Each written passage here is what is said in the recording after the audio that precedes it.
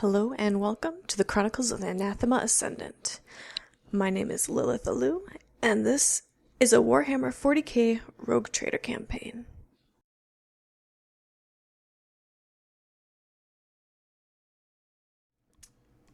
Alright, so I guess we can get started. Do any of you want to give the rundown of what happened last time? We danced among the stars in epic combat for weeks. And it looks like that ship looks better than we do still. It's pretty much some of I remember getting a good hit and run on it. it. I disabled something. Yeah, I remember I landed like 3 shots. One was for decent damage, the other 2 not so much. You did disable something. It was sensors that you disabled. Oh, yeah.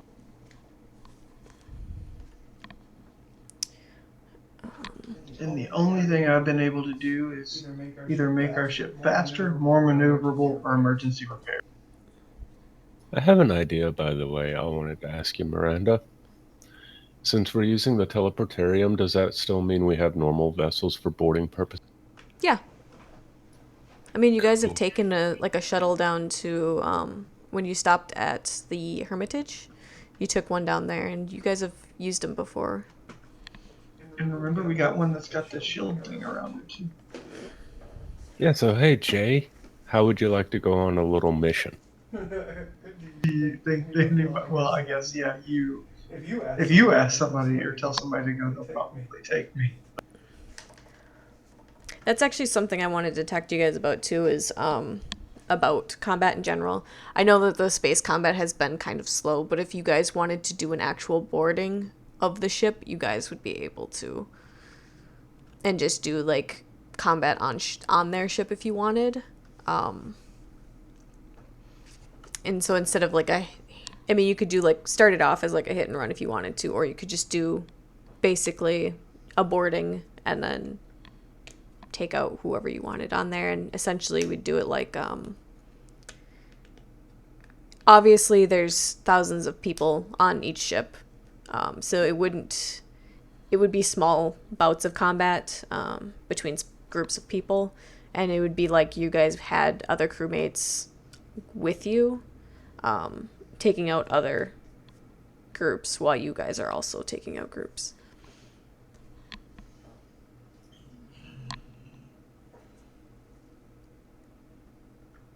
Sorry, had to burp. I'm totally cool with that.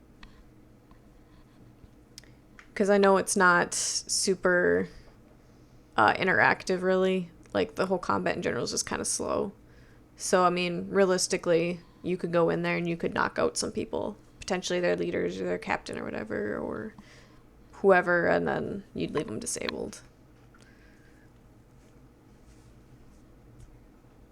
Or play havoc on their machinery. That's possible, too.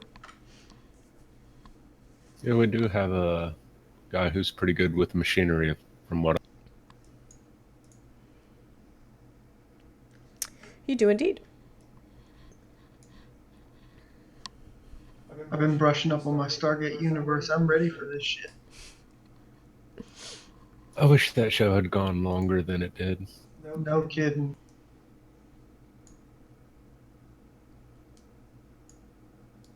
Yeah, I really like that show, too. I've heard there's some talks about something Stargate related being kicked up soon, but I wouldn't hold my breath either.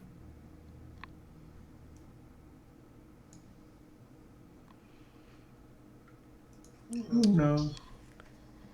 Well, I mean, eventually we will if they decide to do something. It's true. So I guess we left off and it was the enemy ship's turn. You guys had just landed, I think,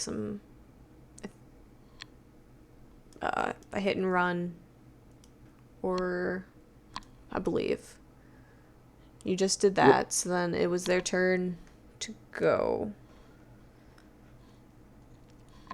And they are heading in a very bad direction.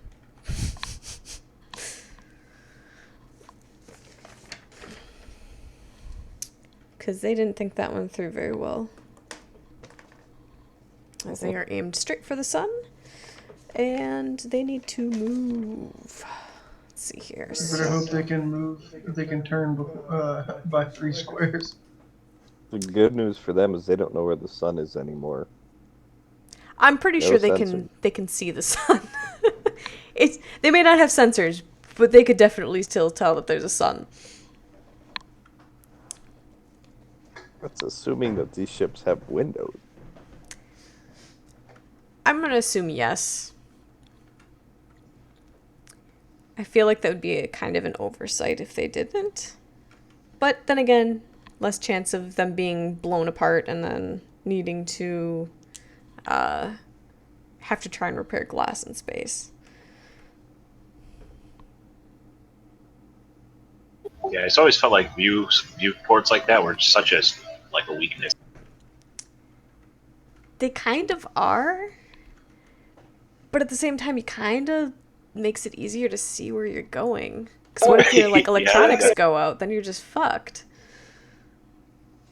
Yeah, but redoubt to that is Starship Troopers, giant asteroids, staring right in the face. It's like almost about ready to hit them before the 2 dumbasses in the fucking very front don't.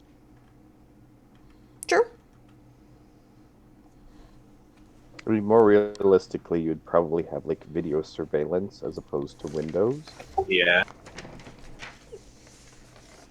Well, that's what I'm saying. Is yeah, you'd probably have that, but at the same time, what if that goes out? Then you're completely blind. Like I feel like there's got to be a failsafe in there, right? I wonder how they handle like their starship designs in this universe. I saw a pretty cool concept in Star Trek Deep Space Nine where like the Dominion ships, they have like these like goggles that they put on so they can see through them. And so it's like they don't need a viewport or anything because they've got that.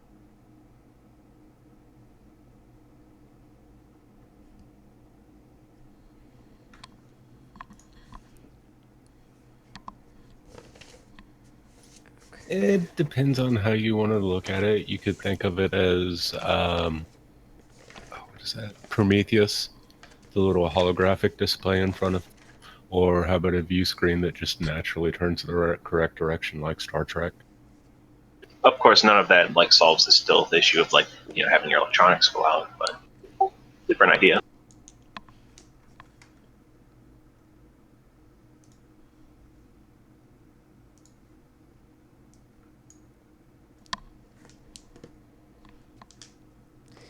Alright, they shoot a couple of times at you, but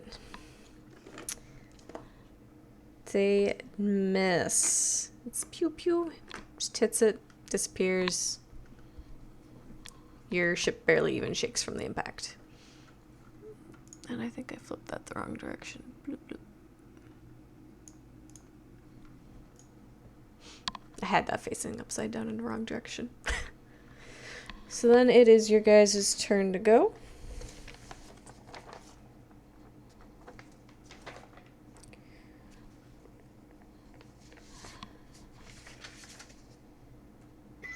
So what are the orders, Captain? We still trying to blast them out of space? Yeah. I was hoping so.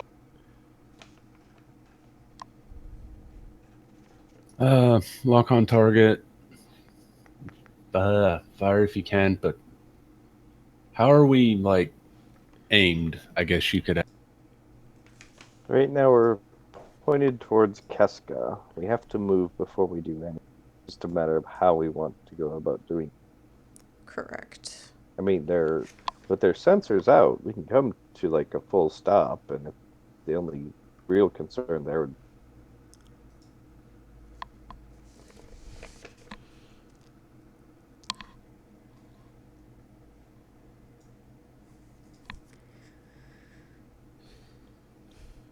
Yeah, so I mean realistically you could try and slow your speed, adjust your speed, or do both just your speed and your how you're aimed. Or just So- change your direction. That works too.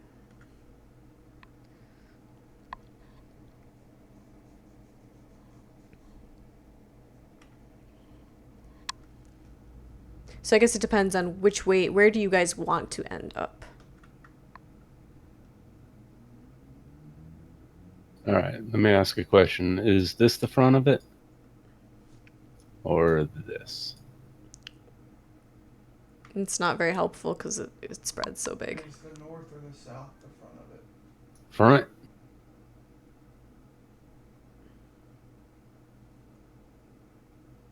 It's facing that way.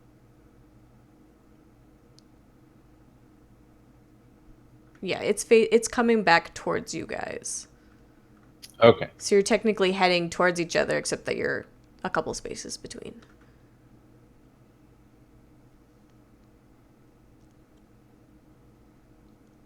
I'd like to be behind them, but behind them is not exactly somewhere we want. You know?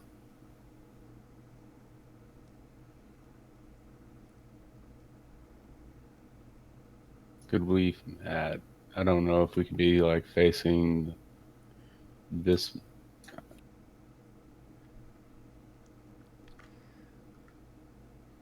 Facing up towards this direction from down here. So when you turn, the most you can turn is 90 degrees.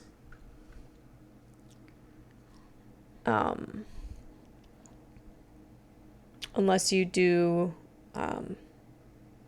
technically when you do like turn completely, come to a new heading, you can technically, I believe it's, you turn at half your speed and then you turn again once you reach full speed. So technically you could be faced in that direction by the end.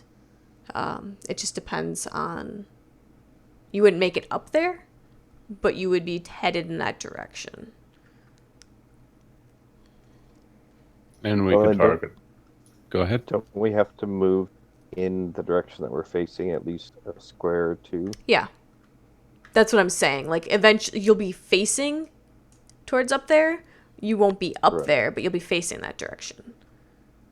Which means we could fire and then accelerate towards them. Start dancing again. Isn't it move, fire, then extras? Yeah. Yep. Oh, yeah. Or move. I think technically you can fire whenever. I think I got that wrong. Oh, okay. So it's move and then whatever. But But you do have to move first, though. yeah, moving is automatically first. So we'd move forward 3 and come to a halt on the third square. So I guess adjust speed and heading, or course. No, heading. Yes. And then I believe we had 2 of us firing separate weapons. Mm-hmm.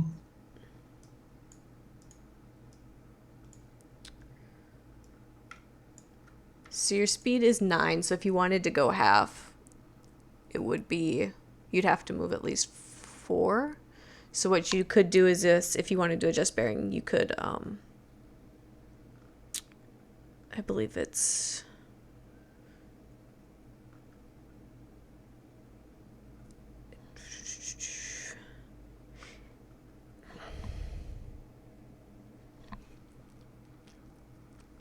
yeah, so 4 would be half your speed. So if you wanted to move at half speed, that's perfectly fine.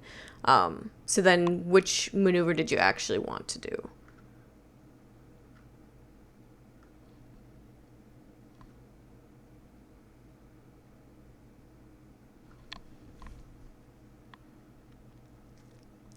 Because if you do like, if you do adjust bearing, that would allow you to move less than that if you wanted to in turn. Or, because on each success for new bearing, you can turn at 1 space before. Otherwise, if you want to do like a completely new heading, that's where you can turn twice. So if you're moving at half speed, you could move at half, you could turn at half your speed, and then at the half speed mark, you could turn again, which would be your full speed. Does that make sense to you? So instead of at 4, you'd turn at 2, and then you would move, and then you would turn again. Yeah, and then up here.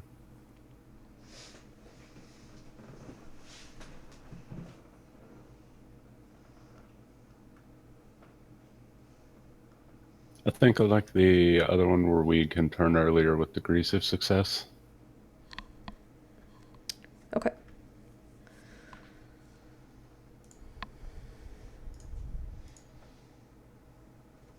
That was adjust speed and bearing. Well, speed would slow, the speed and bearing with the speed would allow you to slow. Which, if you guys are trying to kind of stay near them, that probably wouldn't be a bad idea. Yeah, I'd like to slow down and adjust speed. I'd rather not fly off into the sun. Oh, why not? I like my food well done, not myself. Yeah, fair enough. Okay. Oh, geez. Got too much stuff up. Alright, so how about Shane, do you want to open up the pilot's stuff? He's under the ship, the Istrounin Ark. And I'll just have you roll his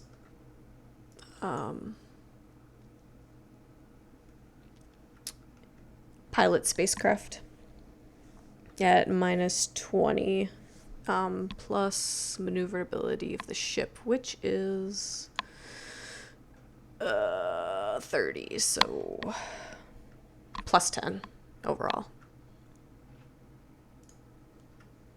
And I'll give a command for another plus 10.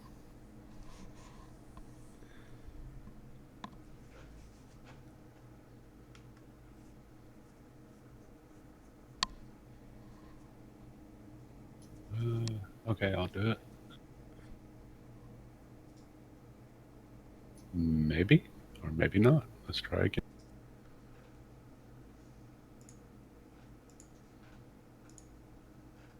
Roll 20 doing the delayed gratification again. It's possible.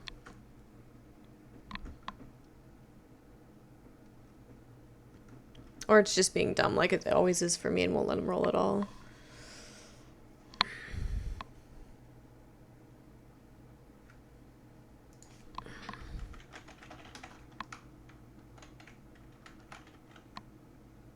Make sure I'm the right character even.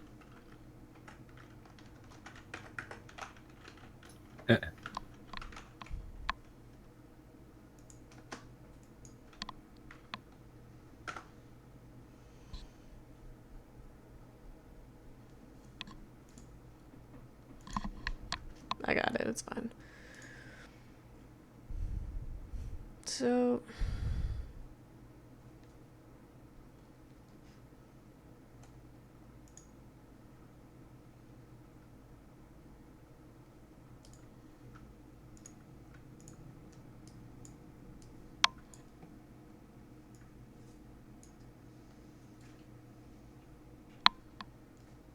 did I even do that right? I don't know what. Because you do 47 plus. 1d 100, right? And then plus the modification, right? Or no? Because you want it to roll under. Having one of those moments where nothing makes sense to me.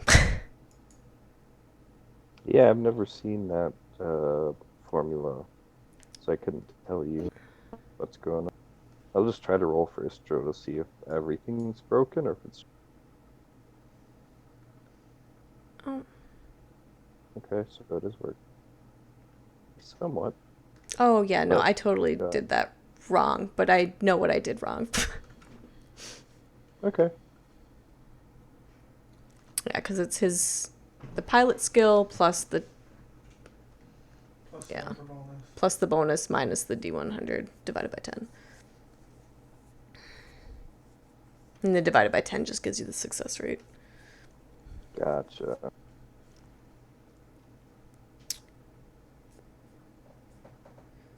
Give me a sec. Switching to Chrome again for this. Okay, so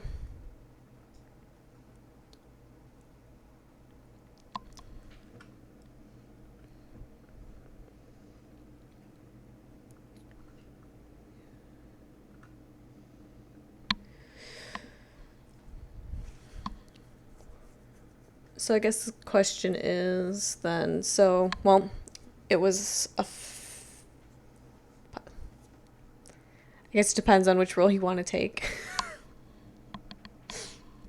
I did all of the roles before. I was hoping someone else would take the fall this time. I mean, if you want, you can take the role that I did, which technically would be a success. So you could slow down by 1 degree, or by 1 VU. Or increase it if you wanted.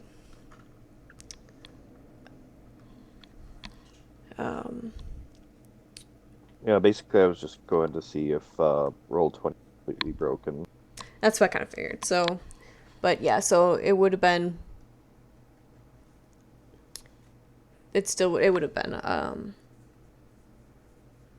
1 degree of success at least still. So, yeah, you guys can move. You were adjusting speed and bearing, so that allows you to do both. So if you were moving at half speed or full speed, I guess that depends up to you guys. That determines when you can turn and how. And you can I don't reduce think how much there's you're any moving way by that one. we would have been going full speed, because there's a chance we would have hit the... Right. So you can turn then at 3 then, if you want. And you can slow down by 1.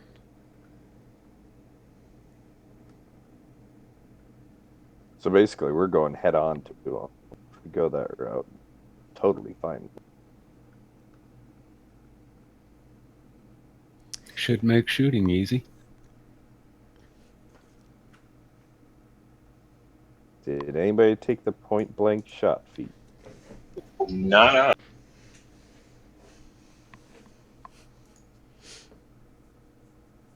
Not level enough to get it yet.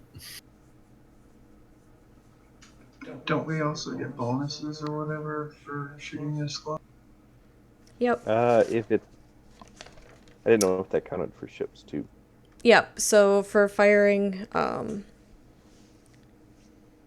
if you're firing at half range, it's +10 to the ballistic skill. And our ship gives +5 to all ballistic weapons checks.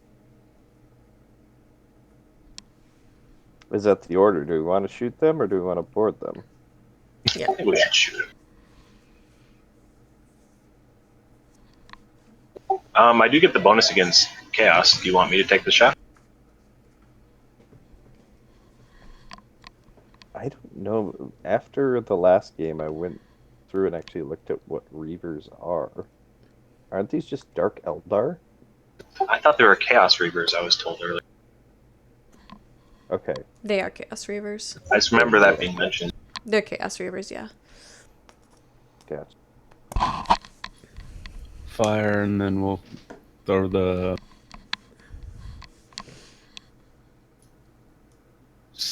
murder servitors. God, I'll remember their name sooner or later. We'll throw the murder servitors after them after that. Alright, so it's been a couple of weeks. So for regular shot, it's a flat ballistics, or do you add the ship stuff to it? It's a straight ballistics test plus any bonuses that the ship gives. Which, So, from your command hall or command bridge or whatever, is +5. So we get +10 for the range, +5 for the ship, Yes. and then I would get another 10 from fighting chaos. So me and you both would get +25 on our rolls. Alright, I'm gonna take the shot then. Sweet. Some success. Hey, those bonuses added up, man. Yeah, they made it not be a failure. Correct. First shot, though, always hits their void shield, though. Okay, that's probably fine. Is he shooting? So Captain, who's doing the second shot? He shooting again, or somebody else shooting? You said you have a plus 25? Fire away. You had a lot of fun last week, Scott. Yeah. That's So too.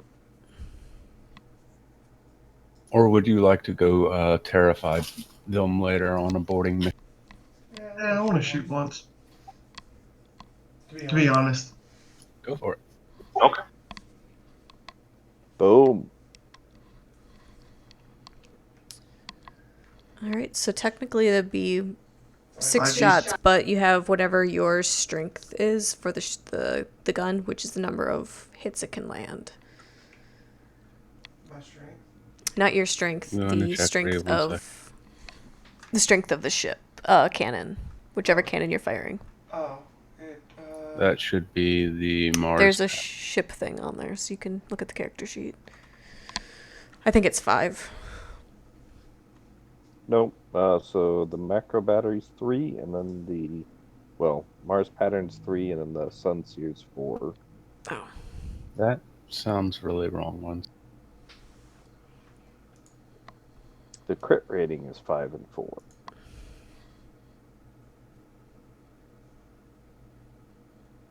So basically, I guess it depends on which one I was firing because I didn't really know. So I either get to roll 3d10 or 4d10.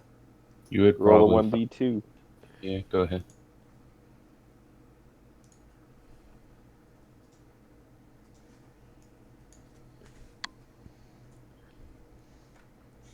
So laser, since it's the second one on the list. Okay.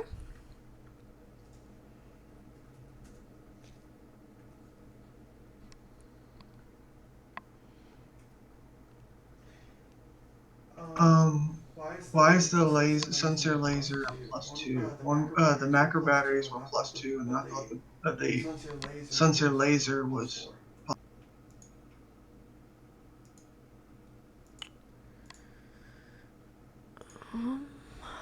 I'll No. look. Sincere Laser is a 1d10 plus 2 crit rating of 4 range. Yeah, I think the range was the big reason Yeah. for that one. Okay, just making sure. Yeah, you can shoot from across the fucking map, basically.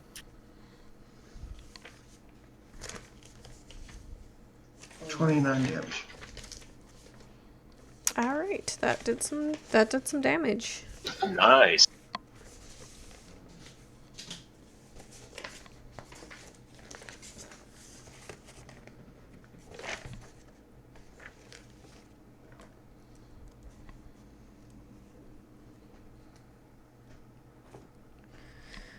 All right, and then what else are you guys doing?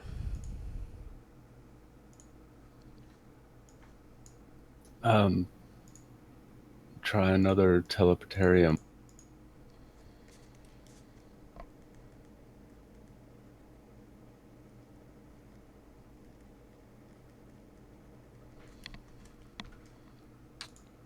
Meaning sending your servitors over, or are you guys boarding?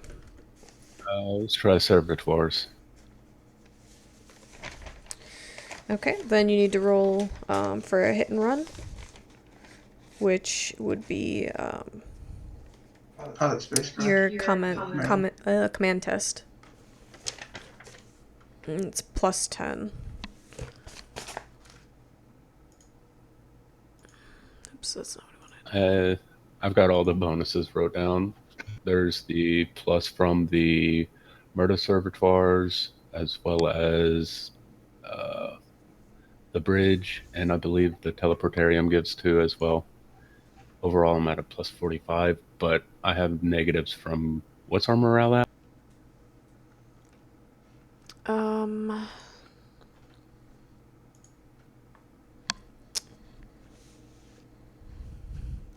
I believe it was at 83.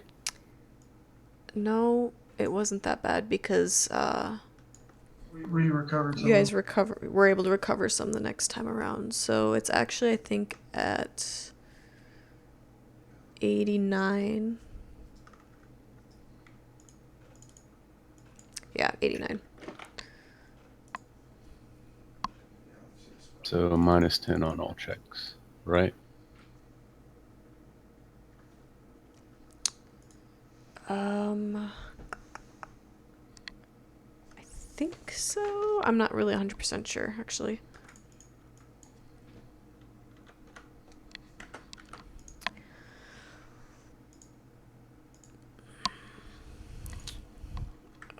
I'm just gonna look really quick. I'm not 100% sure. I know it is a minus, but I don't remember how much for each. I think it would be because it's for every 10. I think it's no. All command tests involving ship or its crew suffer -5. So I get a -5 on pretty much most of my. Okay.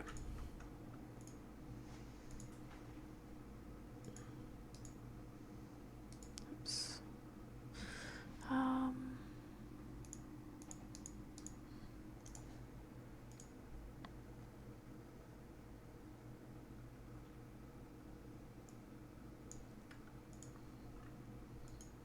So then just need a command test. Okay. That is fucking incredible.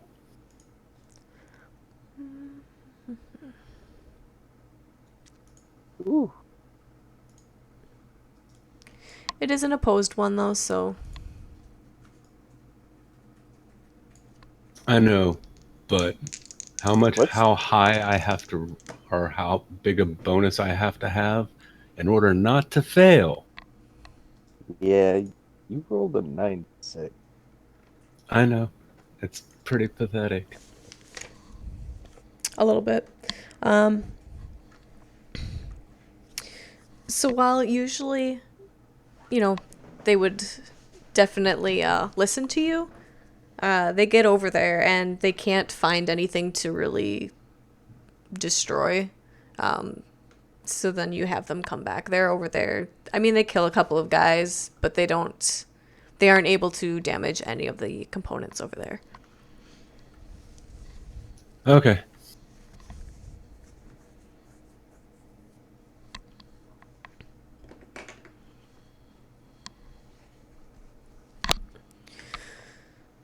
And Jay, actually, you can't, since you fired the weapons, that's basically your turn. You can only do an extended action if you have not fired or basically maneuvered the ship. Oh. All right. Sorry, I'm not used to firing, so I'm just always having to do an extended.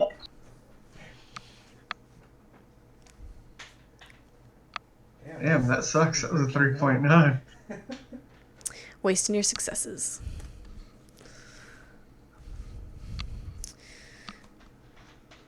Okay. Well, so that's... And then, Posthumous, you said you're locking on the weapons? Locking on the sun. I have a really good fix on the sun, so whenever we're ready to blow that up. Okay.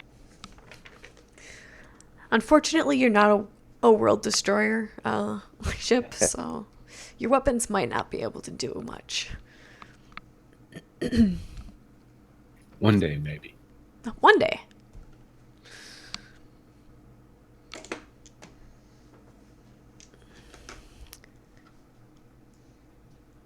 I guess in that case, our turns.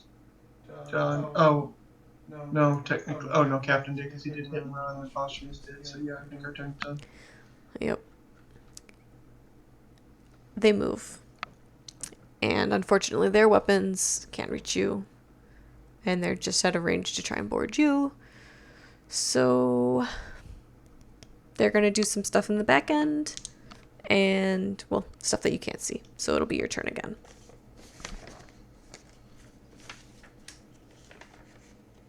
Move to and turn again. And come up around our booty. Yep.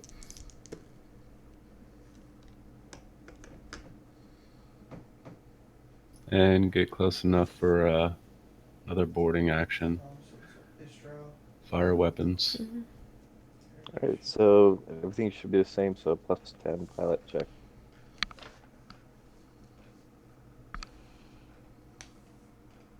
Okay. Oh.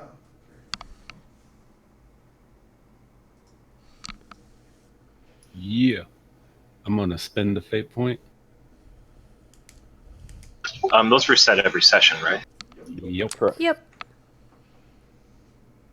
Is that mine or Istrauss that I'm spending, by the way? It's Strauss.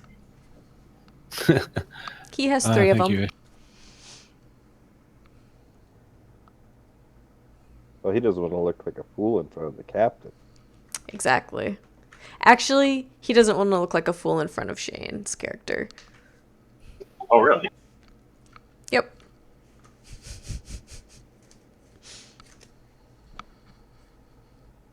Does a mighty fine job of it, too. Perfect. So that is a degree of success.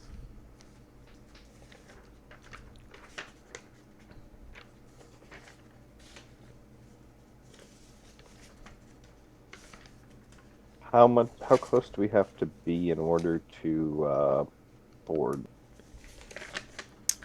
I believe it's technically 3. 5 VUs. Oh, is it 5? Perfect. So if it's the same as last time, we'll just up 3 and then turn.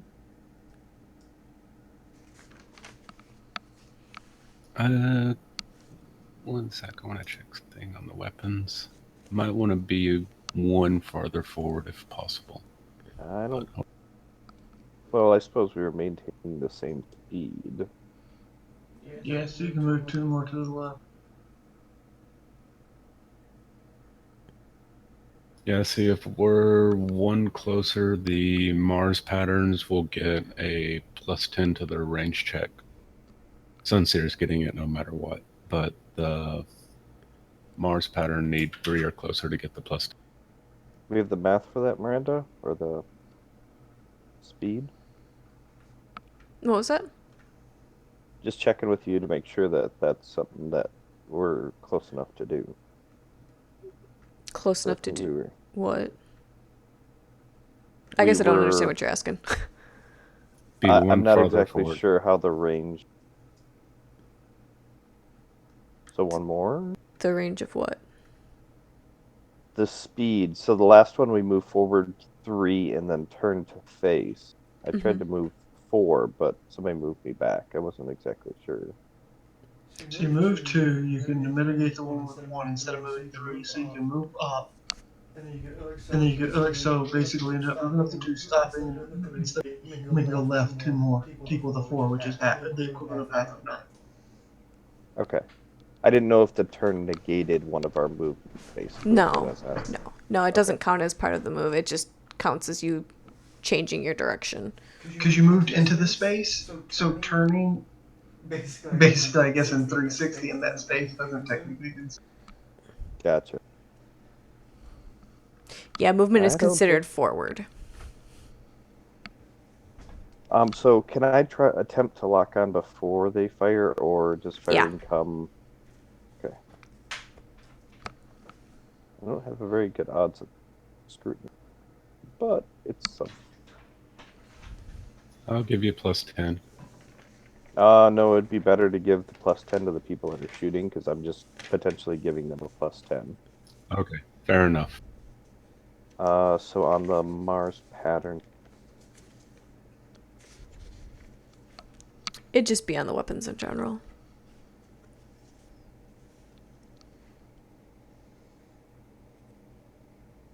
Oh, Yay! yeah. 2 degrees of success. Awesome.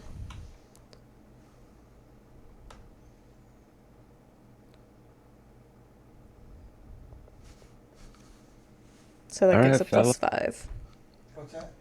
Another +5? so for the specifics on lock on target, that's weird, because it says bonus to ballistic skill test with 1 weapon.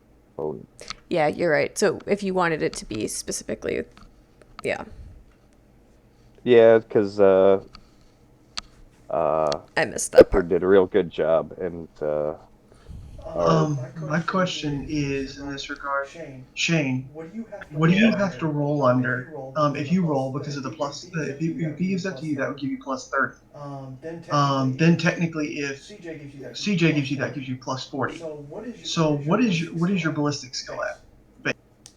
My base is 30.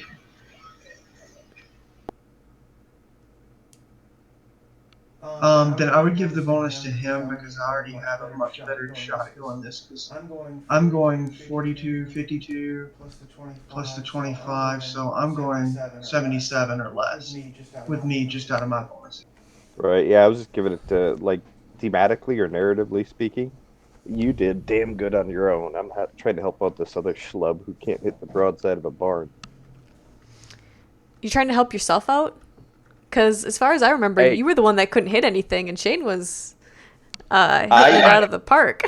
I landed more shots than I missed. Yep. Hesba's a damn good shot.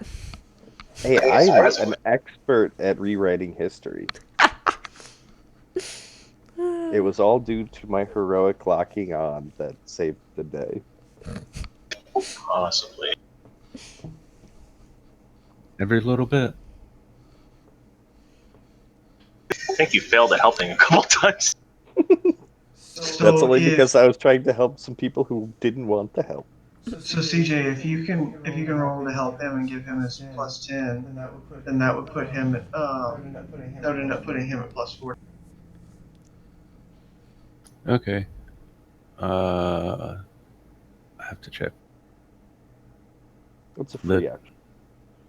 Yeah, but what's the difficulty of it? Charm, what is it? Put your backs into it.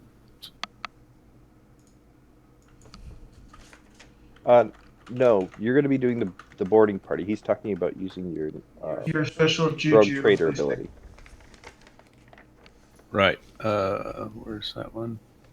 Legacy, It's- etiquette.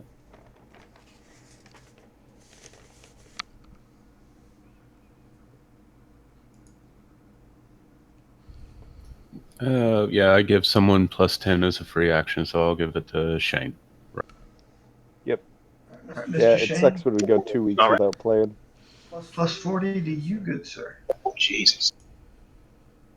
On top of like everything else. So what you have plus so hit ballistics and add 40 because you're getting the bonuses. I'm not. Well, both of you guys will get plus 10 for being close. I give him plus 10 for my roll. That's Siege is 20. giving him plus 10. So And that's we get a 30. bonus 5 from the bridge. And then the 5 for the lock on. That was what I gave him before. I think Oh, okay. Then sorry, it's 10. plus 35. I was off on that. Is that including my own personal plus 10? No. No. No. So I get a plus 45. Yeah. All right. You theoretically have better odds than I do now. Good luck, sir. All right, well, point 2. I must have rolled really bad, but thank you all the Wow. bonus. Well, there is one thing. You can use one of your fate points to make that a 1.2, so you actually get 2 shots. So your first won't go through, but your second one will damage. You know what? Let's do that. I want to hit this guy. I would say you'd be better off just re-rolling. Re-rolling? Because you had a 77. The It's your odds are call. I'll roll better than that. I like rolling. I'm going to re-roll it. Okay. All right, spinning the fate point. I like it. Aggressively spending fate points. Oh, yeah. Oh, damn. So in this case, you get to roll 40, 10 plus 2. 40, 10 plus 2. Oh wait, no, because you max out the 4, so you only get 3. 3d10 plus 2. Yep. Oh, it's not good, but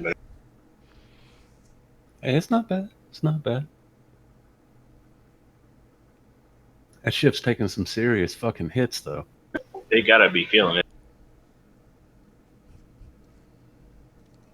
If that were kung fu, that would be the equivalent of you hitting him with your funny bone.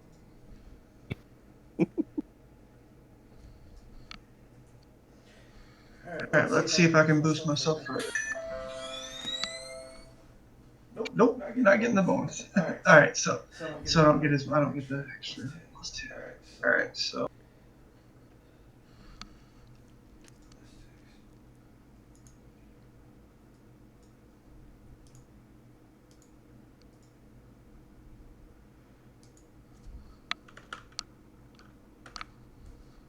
Nelly, I'm gonna reroll that. too.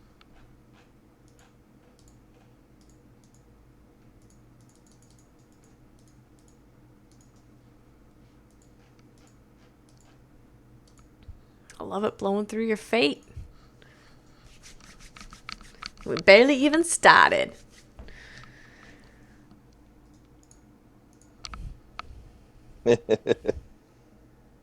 Oi. Oh well. I got more fate.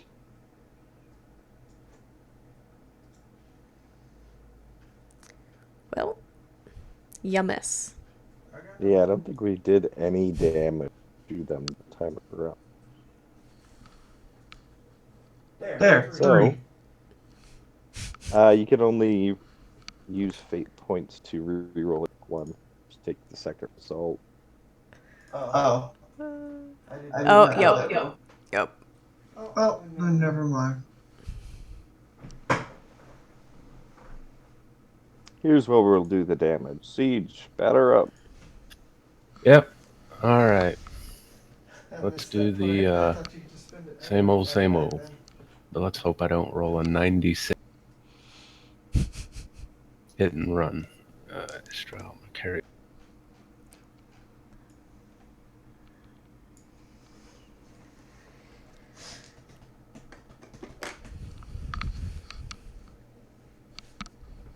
Yeah.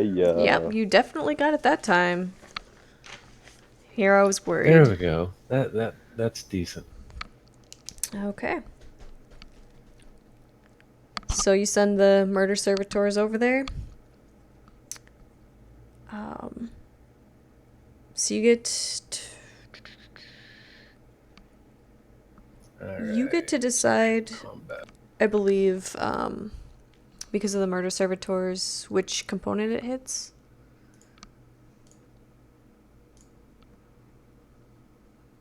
If I remember right. Fuck up the bridge, man, so they can't navigate when they're doing something further. No, it's specific You don't want to try to ones. salvage stuff off their bridge? I suppose we've got a much better. Okay, the murder servitors tell me I get to set it on it if I land a success. 1 through 6. Can I set it on? I didn't hear what you said. You cut off at the very end. Can you set it on what?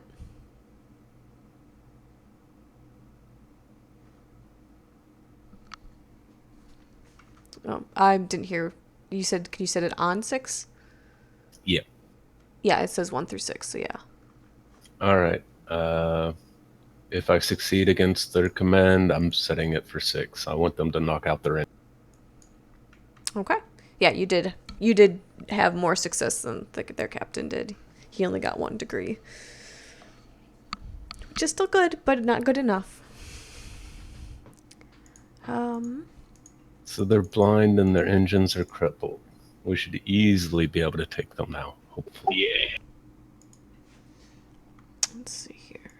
This would be the part where we board, right? What? When we got the advantage in ship combat so long?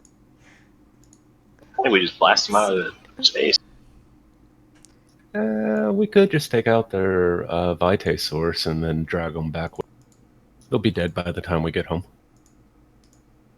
Did you bring a tow line? They're also quite a bit larger of a ship than you. Well, we might have to salvage it first. Hey, have you not seen tugboats? Those things are small but pull like Titanic class ships. Well, might destroy this one, sadly. Or at least remember where it's at, aka a good map would be handy. and be able to come back for salvage. Oops. If it's still here, of course. The chances of it still being here and not getting scrapped will be slim. Yeah. So yeah, once they're in there, like, you see just plasma just like trailing out into space. You know that your murder servitors did a damn good job. They're very heavily damaged by that.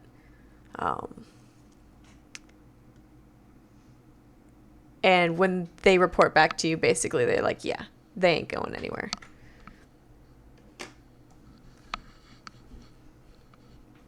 So the question comes, do we just want to murder, or do we want to get on board and capture one of these for information about where their thing is, where their base is, and then take what we need off the ship? Yes, technically, jumping on board poses its own risks, but there's a possibility of great rewards and information. We could. Well, this is a Chaos Reaver ship, so all the crew are going to be somehow infected with chaos. AKA, we're not going to convert anyone on this ship. They're all being killed.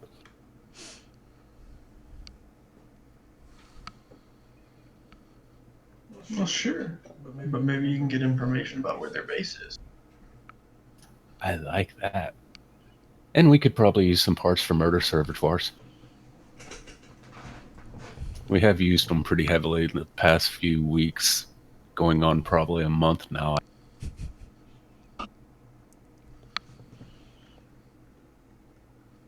I just feel that we've invested a whole lot of time into this to not get something from it other than just a victory. Well, Their destruction is more than enough for me.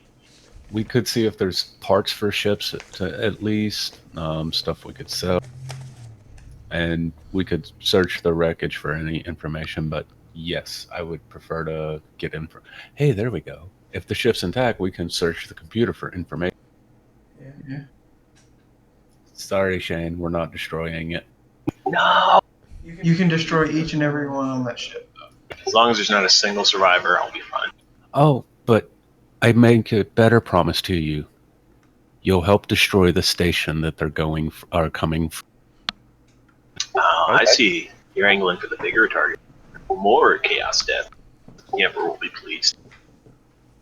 We should definitely try to board and see if they want to trade with us. Trade bullets into their faces. Trade Yeah. bullets for blood. Our bullets for their blood. Exactly. That's a fair trade to me. How long would it take to cleanse the ship, I guess you could say? Get me onto the nearest port, and I will net everything other than the bridge out into space.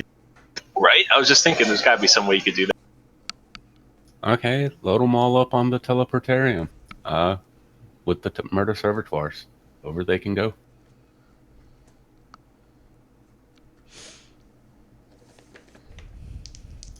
But Jay, try not to vent the area y'all are in. You're mostly machine. I can hold my breath for a very, very long time. Again, try not to vent the area you're in. We want one or two survivors as well. With no engines, there's going to be limited power. So we may not be able to seal places to vent.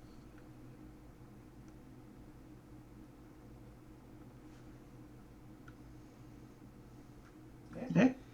Well, it's always an opportunity. We kill the vast majority. We Void can, suit. and then we do. Oh Definitely yeah, void suit. definitely. If there's no survivors, that sucks, but hopefully we get one. Don't worry, Shane, I'll let you execute them.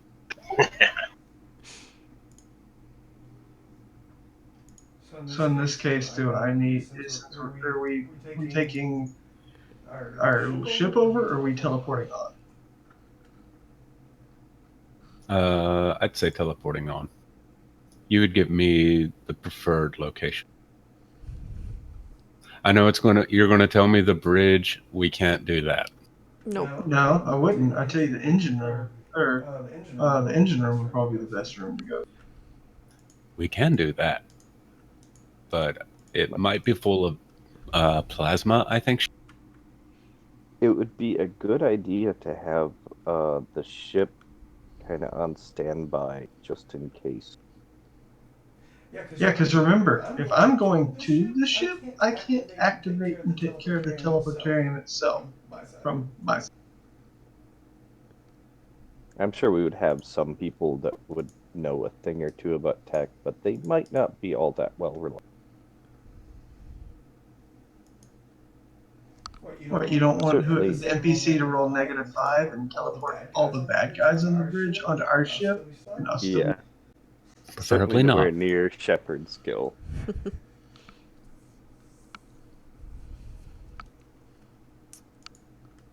So yeah, I mean, go for it. Who's all going? Me. Sounds Just you. fun. I'm gonna advise all of you go. Yeah, that's what I was thinking. Yeah, why not? Let's all go. Come along, Scott. I know you'll hate me for Oh no, this sounds fun. He just Now gets to I'm think worried. of all the logs and maps these things might have for the area. That is true. And possibly whether there were sightings of certain said individual he was searching for.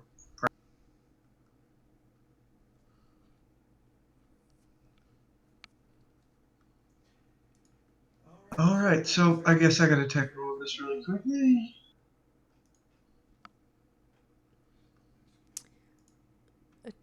Tech roll what? Do I not have to tech roll for the Teleport over there. No, there's no tech roll. Oh, she's telling me there's no tech roll for the teleportarium, so even better. At least it doesn't say anywhere on there that you need to. I guess command roll for hit and run. Yeah, I would say that would be something that you should do for sure. Oh, let's see. Cross your fingers, fellas. You succeed. I'm gonna re-roll it. Not happy with the most minimal success.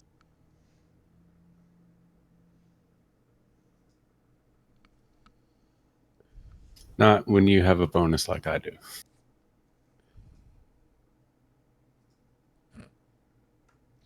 The thing is you rolled a 99, but you still technically got success.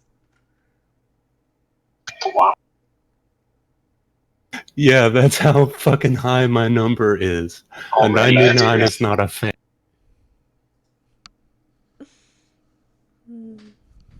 Okay. All right, so you guys teleport over there. Alright, so we all beam into the engine. No, I mean that's where you were aiming for, but that's not where you ended up. Zoom out, zoom out.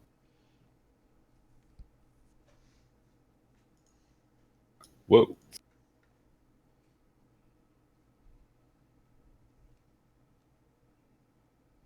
Pretty cool looking. I don't know where you found it, but pretty cool.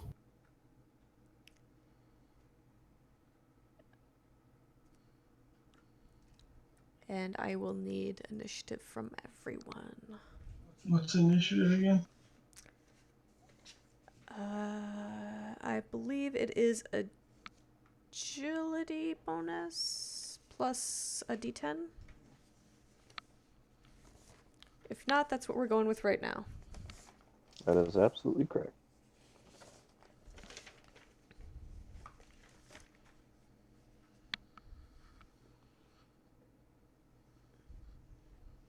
I was gonna buy the agility bonus, but you need 500 and I only had 400 points.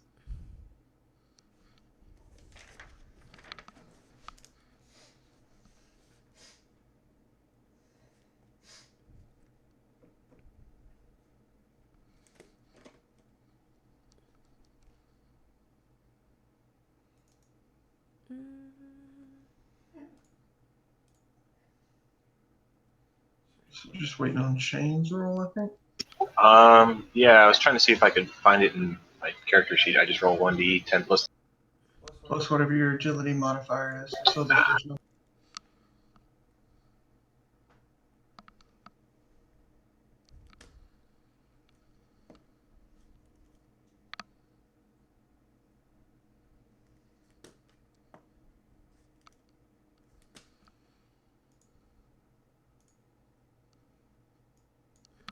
Okay.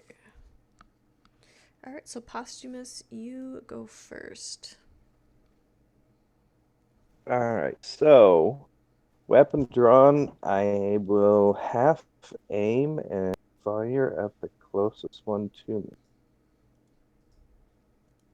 me. Single shot.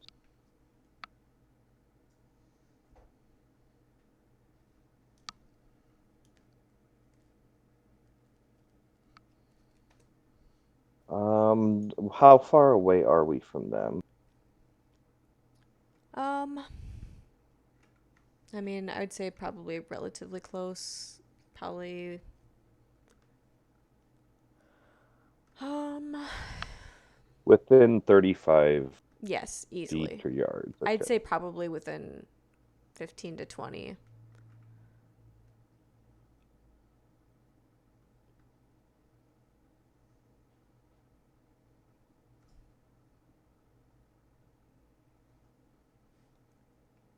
Okay. And then Let's see what with the accurate weapon,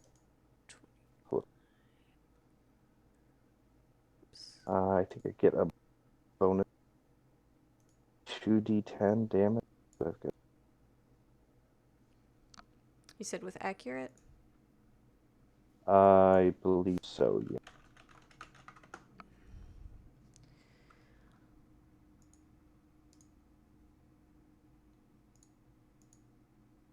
Okay, accurate. Grant additional plus 10 ballistic skill when used with the aim action, and then when firing single shot, benefiting from aid, does extra d10 for every 2 degrees of success. Maximum of 2d10. So did I only had 4, or less than 4, so it's 1d.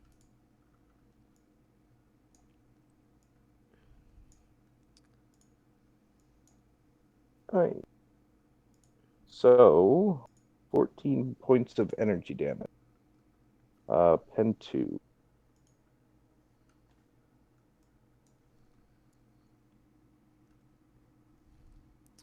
Let me just see here.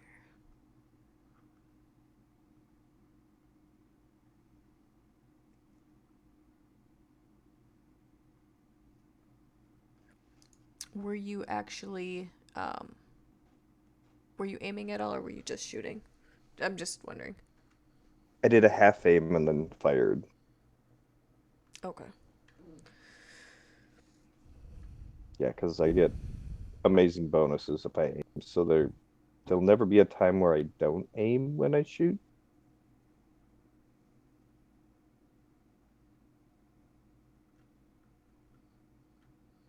Okay.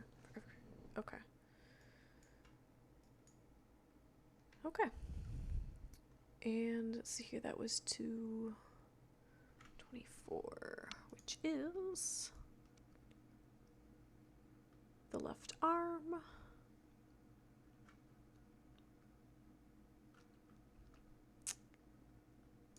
Ooh, okay.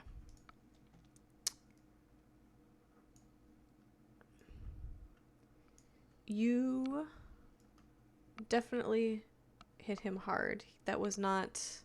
you kind of surprised him. He was not expecting someone to suddenly be in front of him. Kind of stumbles backwards and falls to the ground.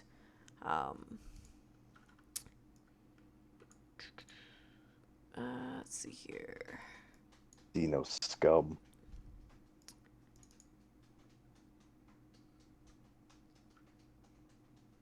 I believe it's actually going to be a critical hit against him. I just need to double check on the critical hits.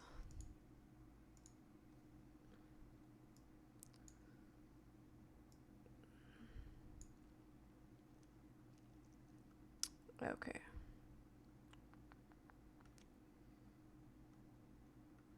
So you do critically hit him. Okay. Because, yeah, you did more damage than his wounds, and he is not wearing any kind of armor. He's just in tatters. All of them are just kind of in tatters. You don't think that they were, first of all, expecting you guys there, and second of all, you don't think that they're actually, like, necessarily, like, there specifically to fight. I mean, they have weapons, but they're not well equipped for this kind of shit. Will you roll me a 1d10?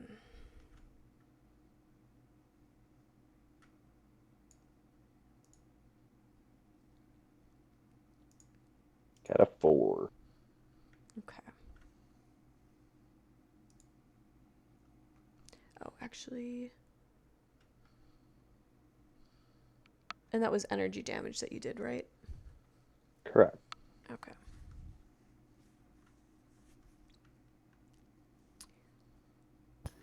So, yeah, his left arm just goes limp, and he falls to the ground and is just looks super, like, confused and just out of it. You're not sure if he's dead, but he definitely isn't moving at the moment.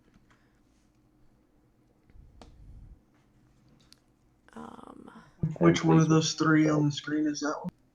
That would be the right one. Okay.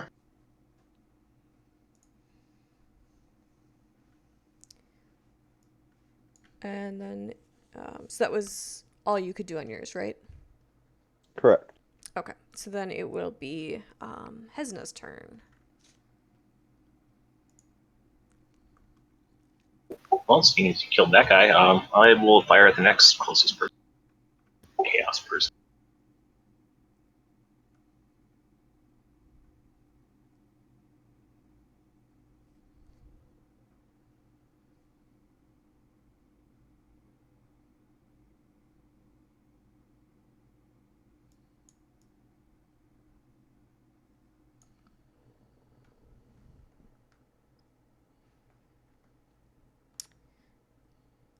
All right, so you take a shot, but instead of hitting him, he must have just been just enough over that instead of hitting him, you hit the tire on that vehicle there. Pops a little hole in it, and you just hear a little tss as the air leaks out. There's more where that came from.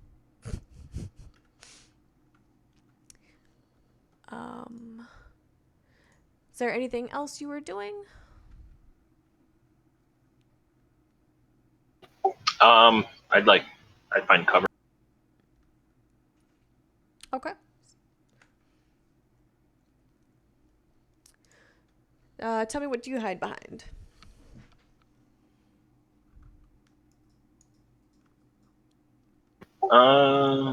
Just think of whatever would be in basically a like a shuttle bay. Yeah, I'd try to take cover behind like a tall stack of crates. Okay.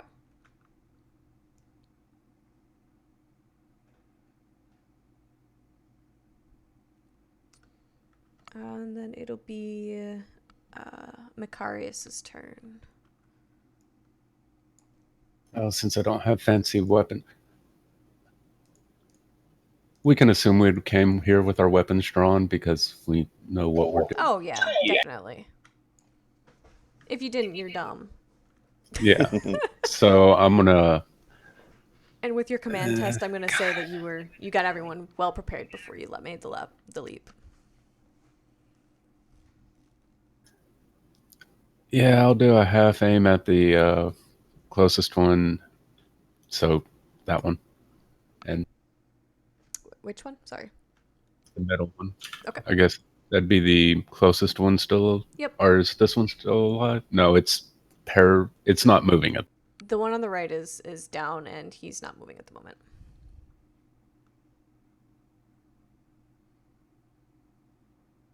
And I'm also going to give Jay as a +10 to his shot on the far one as my free action. True.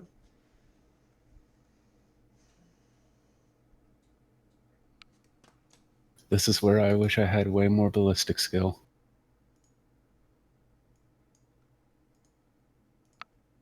I don't have any modifiers for this.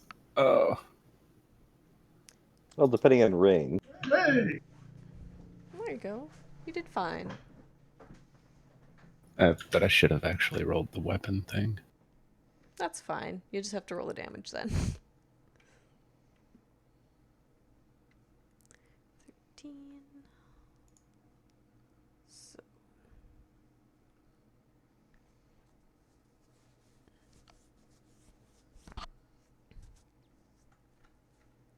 Alright, you shoot him straight in the chest.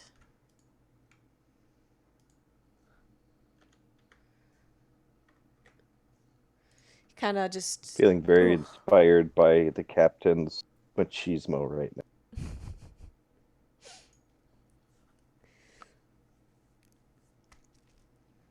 He kind of takes a couple steps back. He doesn't fall down or anything. He's still up. He looks pissed. But it's... Is that all you were doing? Because you did... I took a half aim action. Okay. Oh, I should have had one more degree of success, but it doesn't do anything. Nah, it's fine. No, you gotta take the specific action that gives you bonus shots per group. It's my hand cannon only fires once. Anyways. Half action for aiming, firing the weapon, and free action giving Jay a +10 on his attack. Okay. So then, yes, it is Jason's turn then. Alright. So, the first things first is, let's see if I can get myself an additional bonus 10 with a tech use plug it in.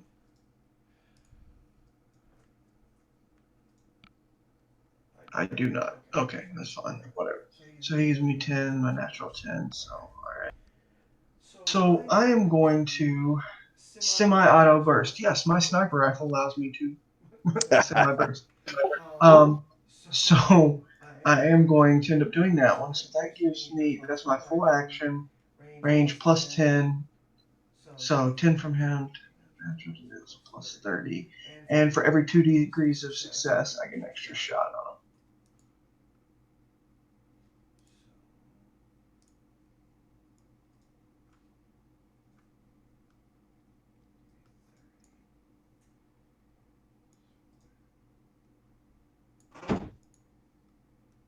Oh, he got fucked. Even with me rolling bad damage. Nice. Dang. The Emperor is with you.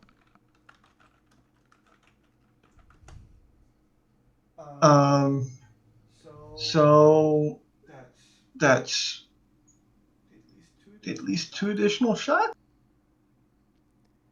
3? Because that's a 6.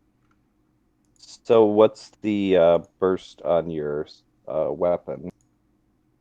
It says I can do either single or semi.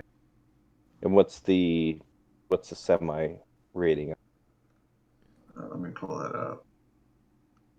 Because I never really thought that I was actually going to go for that, but I was like, hey, it's there. Let me pull up the. Let's see here. So like mine is S-3- / basically.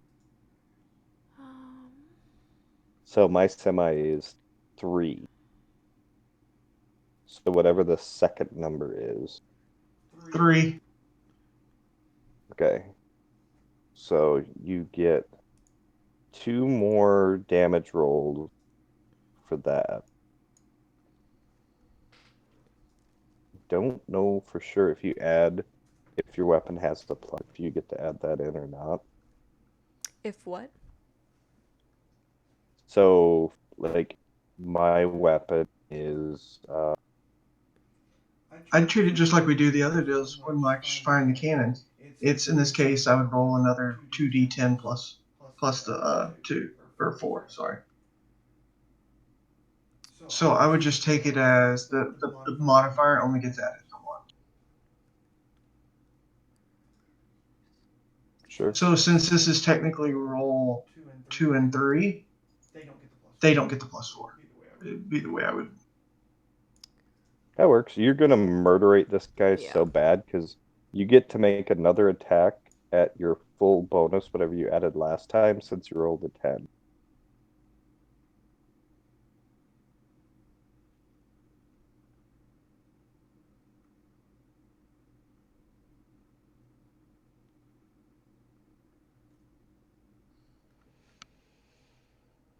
Oh, jeez.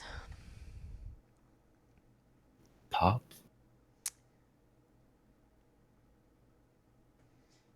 Anybody getting the image of the flood? Sure. Let's see here. All right, so make another attack roll.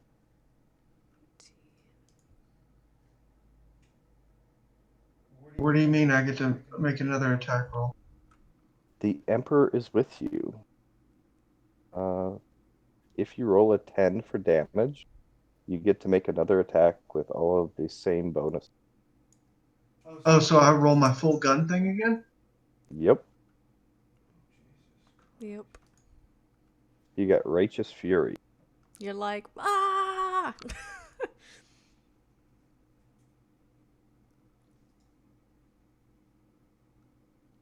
Wah, wah. Wow. I ain't re-rolling. I did 20 fucking 7 damage.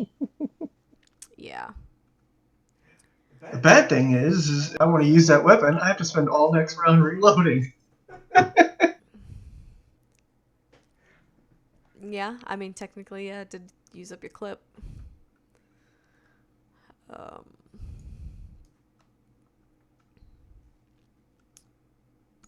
Alright. See, that's what I'm going to say. That negative 1.9 is that even though Emperor's on my side, the Emperor couldn't magically make more rounds appear in my gun.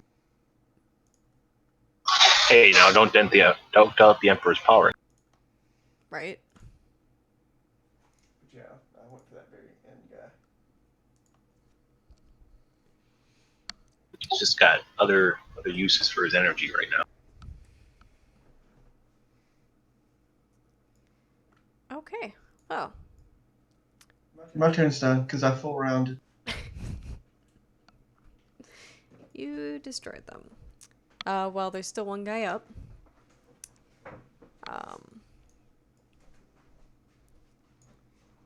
And so, let me see here. I need to see which one he is.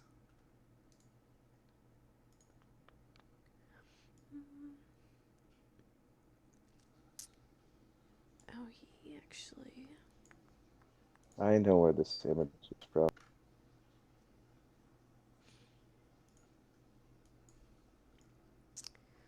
Alright, so, well, the only weapon he has is a club. So, that's not what I wanted. He is going to...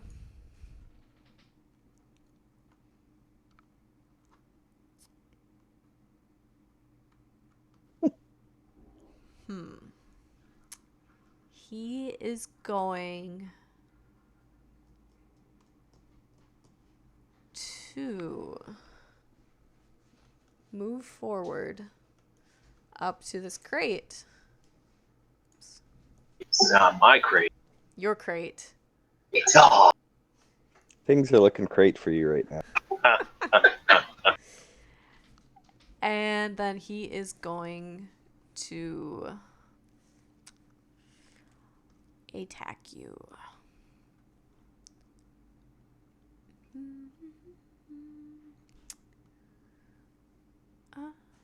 This is where having the dodge skill is really good. Yeah.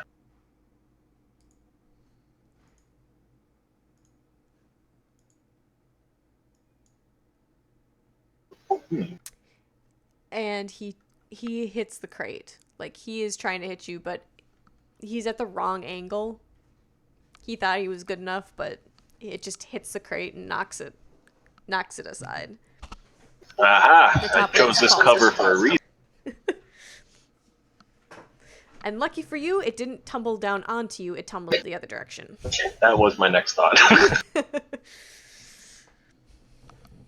Alright, so then it is back to Posthumous. Yeah, I'm just looking at what the penalty is for.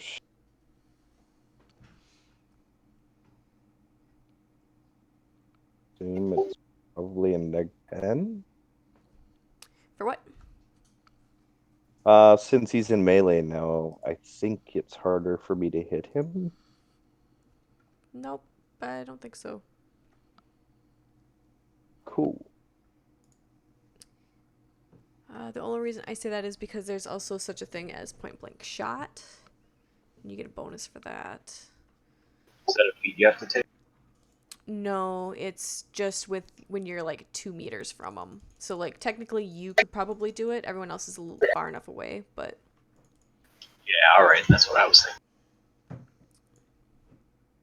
Alright, so I'm going to do a half aim. And take another shot, or take a shot at this.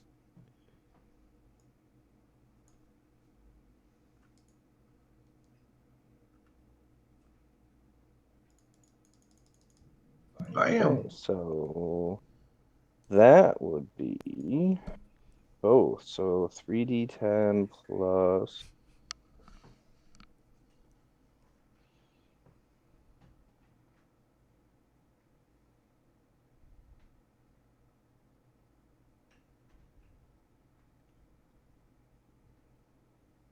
Three.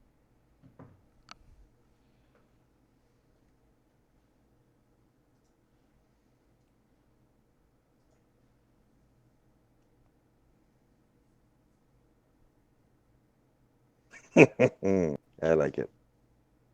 I like it a lot. so what were you hitting him with? My same thing, Architect last pistol. So 24 points of energy damage and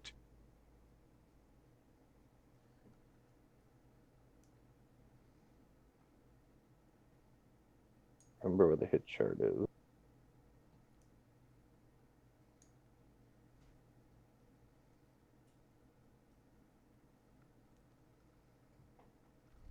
Yeah, I rolled my ballistic skill rather than just rolling the actual weapon. That's why I was making sure. Yeah, and so you hit him in the left arm again. Well, they have Well, these this big guy. scary claws, so Right. I'm just trying to neutralize the threat. Exactly, right? Yeah, But I sure look cool doing it. I'm sorry, Hesna, you get hit with a little bit of like spray of gross Yeah, some blood. bio crap. Potentially like a collarbone, maybe. Unfortunately, this guy's like, I need you to roll a -10 toughness test. Okay.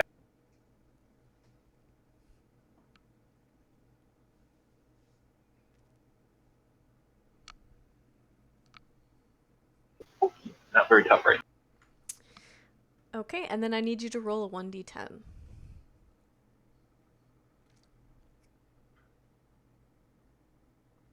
All right, you took four points of damage from his blood. It like sizzled through. Like it's not stopped by toughness or armor. Like it just hits some of your skin and it kind of burns. But he's definitely down and he's dead. Okay, he's dead. He's not like bleeding out. I mean, he's bleeding all over the floor, but he is no longer moving. Well, if I still think he's conscious, I'd start just sending him like aggressive thoughts, like "Die, chaos scum! You're gonna bleed out on your. This is as you deserve."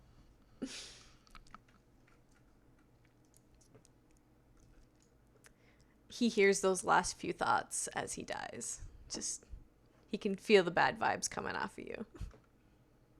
Oh yeah, I'm just savoring their deaths. Granted, he also felt the anger and everything from Posthumous, because Posthumous just blew off his arm. But he also has a little bit of a smile on his face because he knows he kind of got the last laugh because he harmed you too.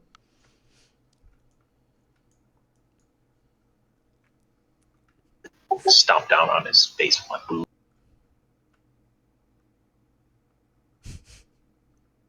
You just hear a little crunch. You just kind of hear my character with like a raspy, wheezing kind of laugh.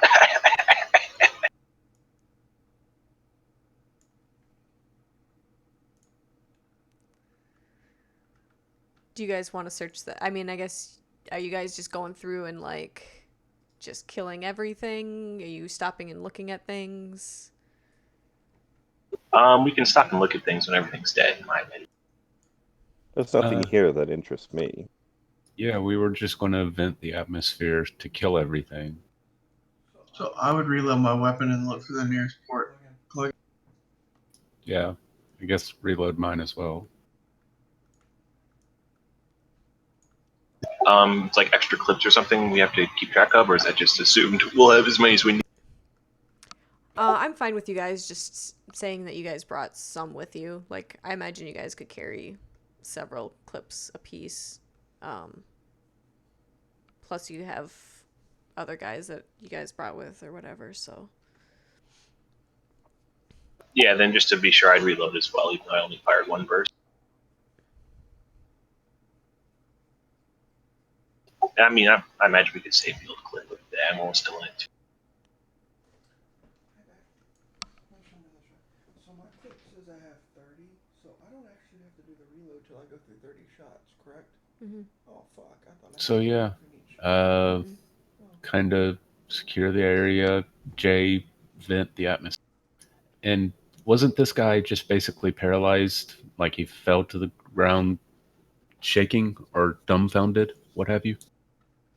Yeah, you're not really sure if he's dead or not. I mean, he's not really moving, but he's not like bleeding out or anything. So you're not sure if he's in shock or if he's dead. No one really looked at him yet. Bind him either way. Binding us won't do much good, Captain. The blood is some sort of... Because it did, like, burn the flesh of our astropath, right? The middle guys did, yeah. Yeah, burn right through my clothing. Best just end them. These don't seem like a thing that we can talk to. Yeah, I'll agree with you. Bullet to the head. Vent the atmosphere. Kill them all. That's also hoping they breathe. Okay, so when you guys have got here, the lights are really dim. They are on like reserve power, so there's not a whole lot of power to the ship right now because you guys took out their plasma drives. Let's see, you made a tech use to be able to vent. So unfortunately, you plug in, but you're not able to get access to most of their core systems because of the low power. Like usually, yeah, you probably could from there, but because it's on pretty much auxiliary power, you know that the most power is basically probably going to be in the command deck.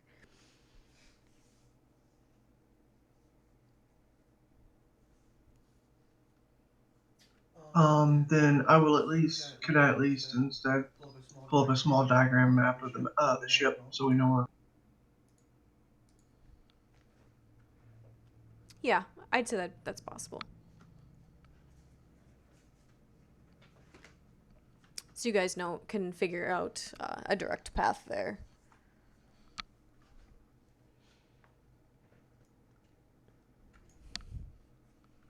Okay. And everybody, the data is like, this seems to be the schematics. There's not enough power to do venting. We're gonna have to do this the old-fashioned way. Is there any way we could get through here quietly, possibly, without fighting, an entire ship's worth of fucking soldiers? They already know we're here. The security system's down. We were already semi-loud. I don't. There's no way to know for certain. We could choose practical course of what we think, but we won't know. There's no way to view footage. And because I'm going to safely say that I forgot, I didn't mention Grandpa. I'm going to guess I forgot him back on the ship. Before you have limited functionality, would it be possible to disrupt communication so that if one section of the ship does locate us, it might at least slow down a counterattack? Yeah, I'd say that's probably something that he could potentially do from there. Do I need to roll again,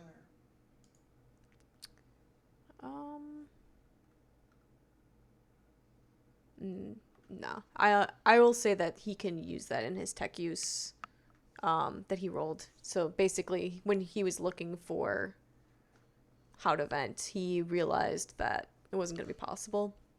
So he grabbed the schematics, and then when you guys mentioned turning off the communications, he just went ahead and did it. So they currently are without communications, though how long that lasts, that depends if how hard they're looking at their own systems. Because, I mean, obviously they're going to be trying to fix their engines, but it's probably a matter of time before they realize what's going on. So faster is better. Based on this map, would it be wise to send our ship guards ahead of us? Send them off for another objective, at least like a distraction? What do you think would be best? If we send them off as a distraction, we can try and get by quiet.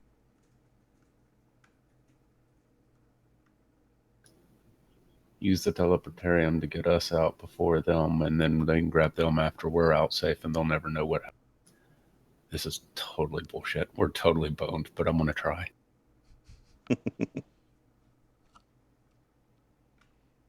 And also, this way we don't have like 15 guards to roll per turn or some shit. Well, an alternative would be they could hold down, because it looks like this area would be the place where our transport ship would dock anyway. Would that be accurate, Miranda? Yeah. So they could just hold down this area while we go up. All right. That works for me. Okay, so you're gonna have them stay there and make sure that that area stays clear. Yeah, but without comms, they won't know exactly where to go. And if it's just a docking bay, they were probably like just here working or slacking off, who knows. But we didn't see them communicate, so I'm assuming they didn't, unless they had some crazy psyker ability. You never know. And who did you guys bring with you? Did you just bring with your murder servitors? Murder servitors, and not the pilot. He can stay back. I know he doesn't like that. I would like at least a few physicians. I noticed that we have no Medicaid people. Honestly, I'm going to tell you right now that unless you force them to go with, probably none of your doctors would want to come with and would be terrified. I don't know do if so. we want to risk doctors, but like maybe someone that could do a tourniquet. So like a Combat doctor's medic. assistant. You would have a hard time convincing anyone pretty much to come with you on that. Because to them, if they're not fighters, this is pretty much a suicide mission for them. We should get some combat medics, is what I'm hearing then. Working on it. Yeah, good idea.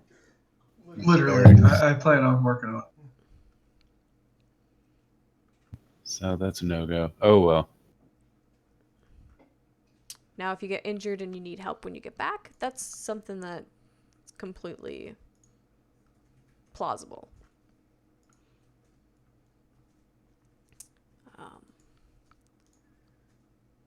And as for your murder servitors, you'd have while you could probably command them to, you would have a really hard time keeping them stay here while you guys were out and killing shit. It's true. Okay, we can leave them to their own deathly device.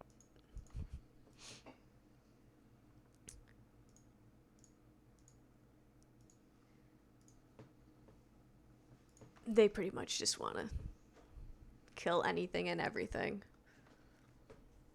When we get back to the ship, we can teleport them back, whatever's left of them.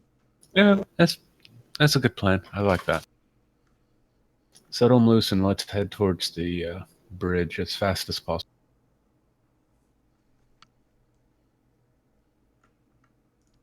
Right, and I see Shepard over there is thinking about putting a virus in the system. Yeah, I was thinking a little bit of Independence Day. Give them a cold. Is that something that you want to try and do? Or... I wanted, but I want permission because of the main reason being is if I do this, it's going to tear apart every system, meaning life support's going to fail, gravity's going to fail. And if we're on the ship, that could be problematic. Well, that, and it would tip them off to something going. Not saying So it was an alternate suggestion in case we didn't want to hack and slash. But that's the only real reason that was mentioned. Otherwise, if our goal is just to go through, then I would just simply do that.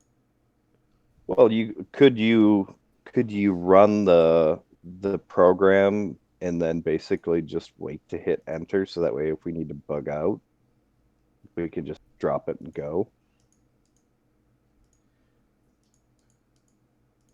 I would say sure, but I would want to leave it in the facts that, so depending on my role, if I roll really well, I think I get to choose what some of the things that would go down immediately. But I think if I rolled really badly on this test for the virus, I would leave it kind of like up to some of like the bad juju shit when you're navigating.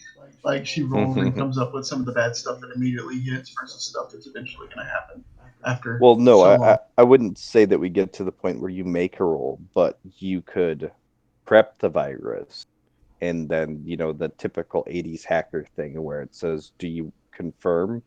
Yes, no. And then we go and do what we need to do. And then as we're leaving, you hit yes. And I got that. We may or may not do it, but when I do the tech roll to make this virus, that's going to be what I was talking about, how well I do versus how bad I do. That if we hit the button, whether she gets how much she determines versus how much I determine. It's kind of a player thing. So I would create this and I wouldn't activate it yet. So yes, there'd be like a button. I would pull it up on my data deal and just hit send if we end up needing to do it. But if I roll really shitty on my tech roll, she might let me do it, and I think I did a great job. And then if I do hit it later, shit that I didn't intend to happen might happen is all. To me, that's a player choice to add that kind of level, because I think it'd be kind of crazy cool to see what happens if we end up having to hit it for some random reason, and then suddenly gravity doesn't work, or Right.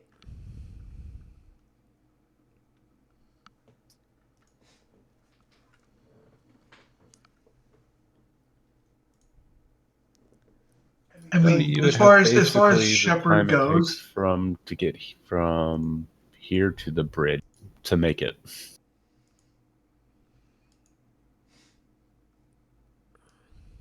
I mean, the bridge isn't super far away, but you don't know how many people you're gonna meet on the way, what you're gonna have to do on the way, how long it's gonna take you when you're there.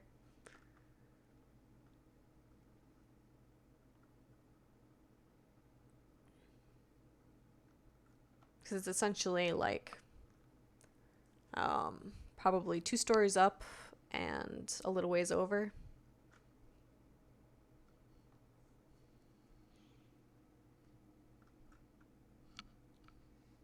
Alright, let's just go ahead and go. Yeah, I'm ready. Okay. Okay, and are you guys trying to be quiet while you go, or are you just trying to go for speed? I think quiet would be the preference. I would Okay. agree with that.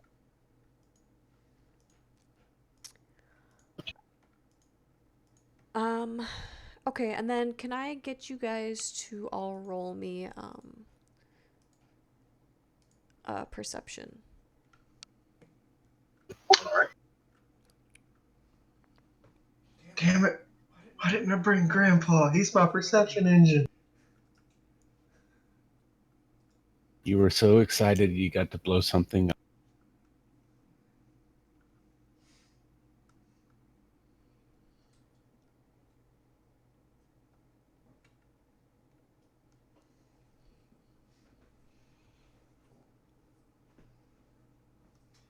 Got that extra eye and you still can't see shit. Yep. That eye's not for seeing things in the material plane. He's looking beyond what's in front of him.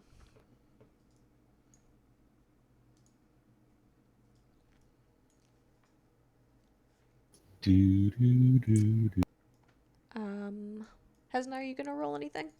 I'm trying to find it. It's one of your main characteristics. You can either hit that or perception. Oh, yeah, that's right. Right. It's a stat. It's a stat, not a skill. That was where I went wrong. Okay, yeah. Y'all are very... You guys are so focused on being quiet that you're not actually, like, paying attention to where the hell you're going.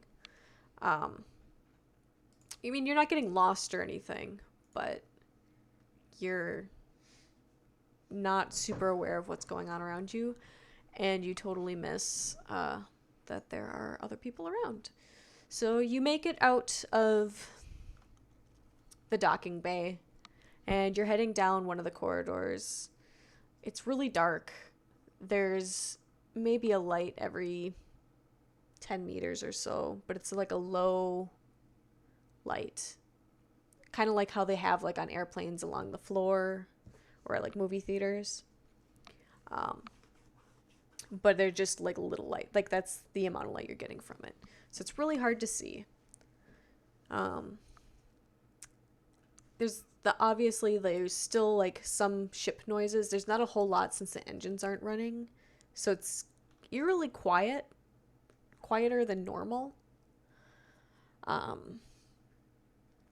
But you do hear like some walking around and stuff like that, but none of it sounds close. The floor, everything is kind of grimy. Like, obviously, they don't care too much about how clean it is.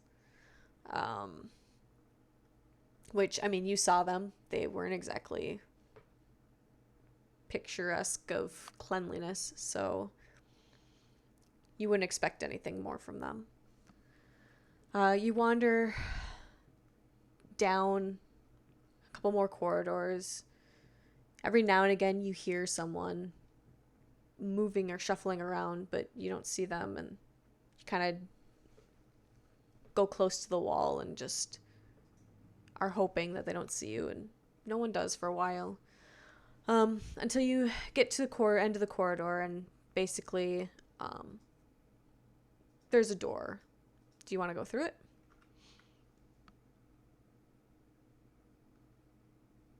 If it's on the path to the bridge, yes. It is. What does the door look like? Is it something that maybe we could listen through? It's just a normal, like, bulkhead door. Are those things generally soundproof as far as we know? Yeah. All right. Glad I readied my weapon. Ugh. So you open the door.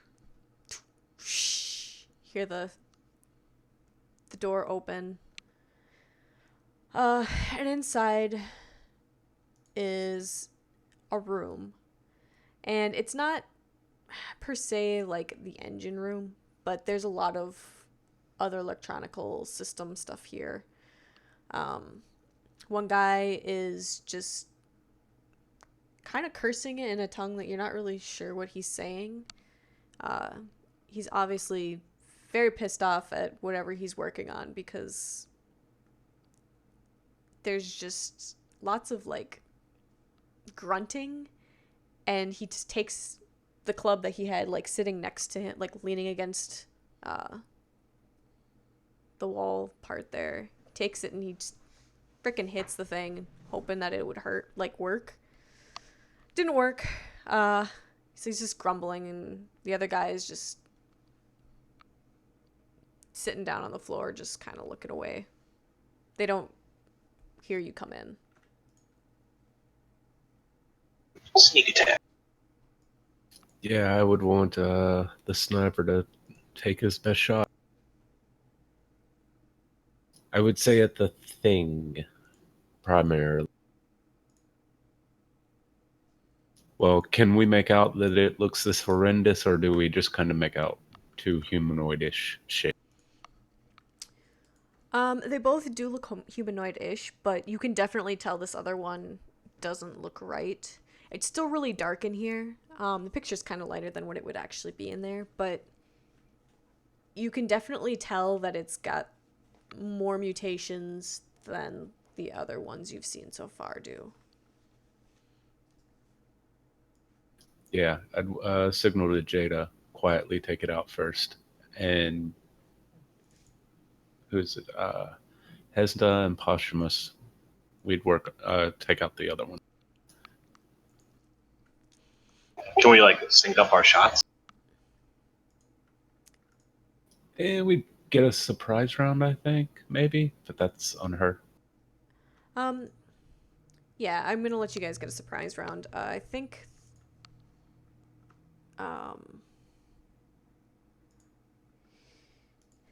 if you want to roll me initiative, just so that way I have it, if it gets to that. I'm imagining it'll still get to their turn, but...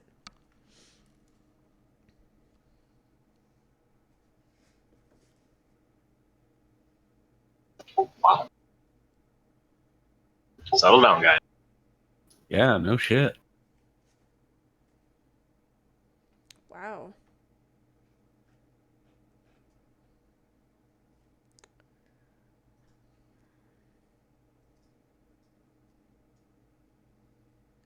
Okay.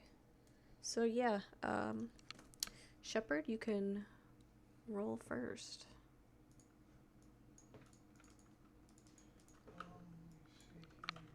One second. Plus 10, good sir. Okay.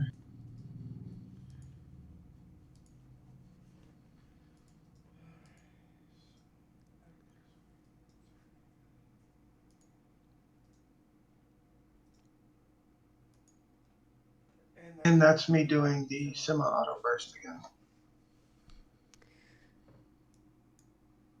So that means I'd get 2 more hits on it. Oops, that's not... You're a handy sniper.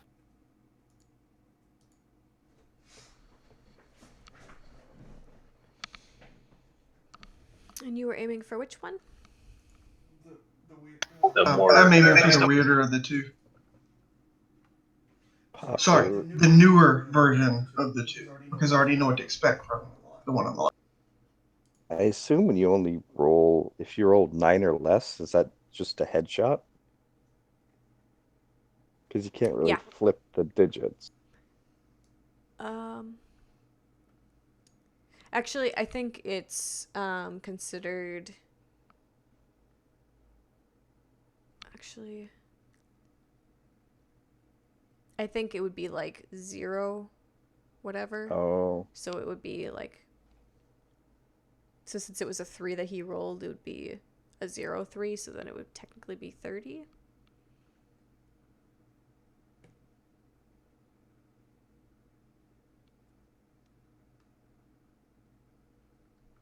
That's my guess Yeah, on that. That makes works the for most me. sense to me. So,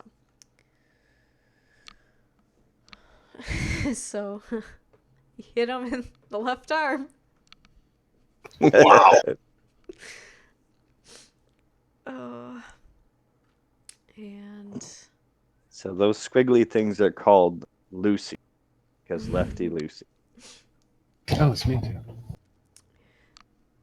and you did say that you were going after that guy, right? The weird Is guy. our tentacle buddy still looking pretty good? Let's see here.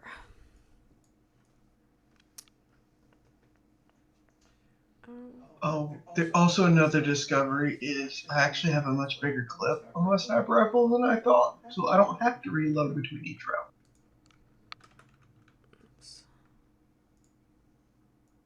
My clip for sniper is actually 30. Sounds a little ridiculous. Makes sense that you'd be able to do it semi-auto, though. Yep, So if on you do page 118.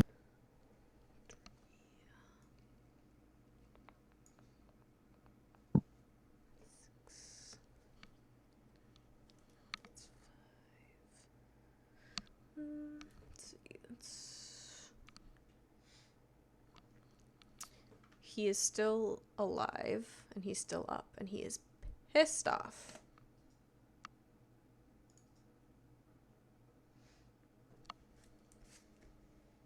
We'll do a half aim and fire. Let's try and do it right this time, though. Hold on. And half aim bonus is +5. Half aim is 10.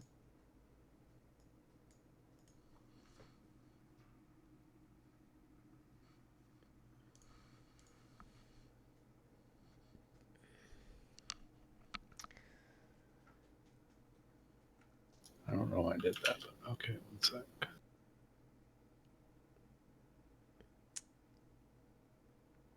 Yep, so you aim, you shoot. You were kind of just disgusted by him and his appearance and the quietness kind of just shook you up enough that you missed. You just hit some machinery that's nearby. Doesn't seem like it does anything to it, but everything in here seems broken anyway, so. I'm waiting for us to miss some one target so bad that we accidentally headshot another target. Yeah. Like one of our allies. Yep, that's how it'll happen. All right, yeah, that's it. Some reason I have a feeling that it's gonna be Hesna that shoots and kills everyone on accident. Everyone always seems to assume that for my character. Realistically, they were never looking for the bullets from you. They were looking for you to kill them with your mind. And in that sense, where how it's going to get it. Okay, and then it is posthumous.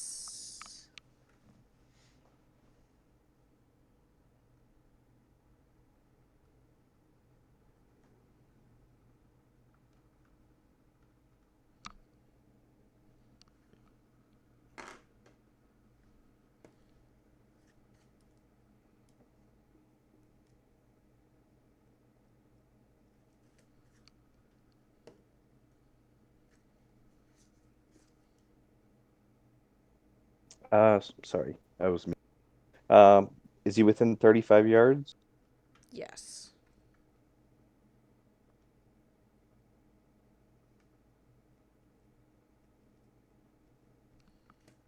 Noise.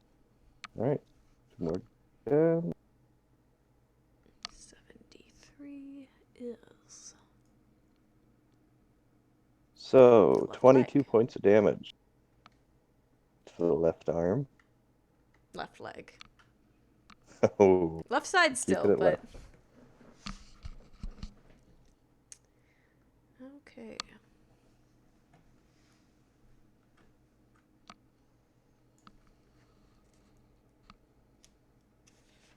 I was going for the left arm, but he went to go swing at the machine one more time, and I caught him in the leg instead.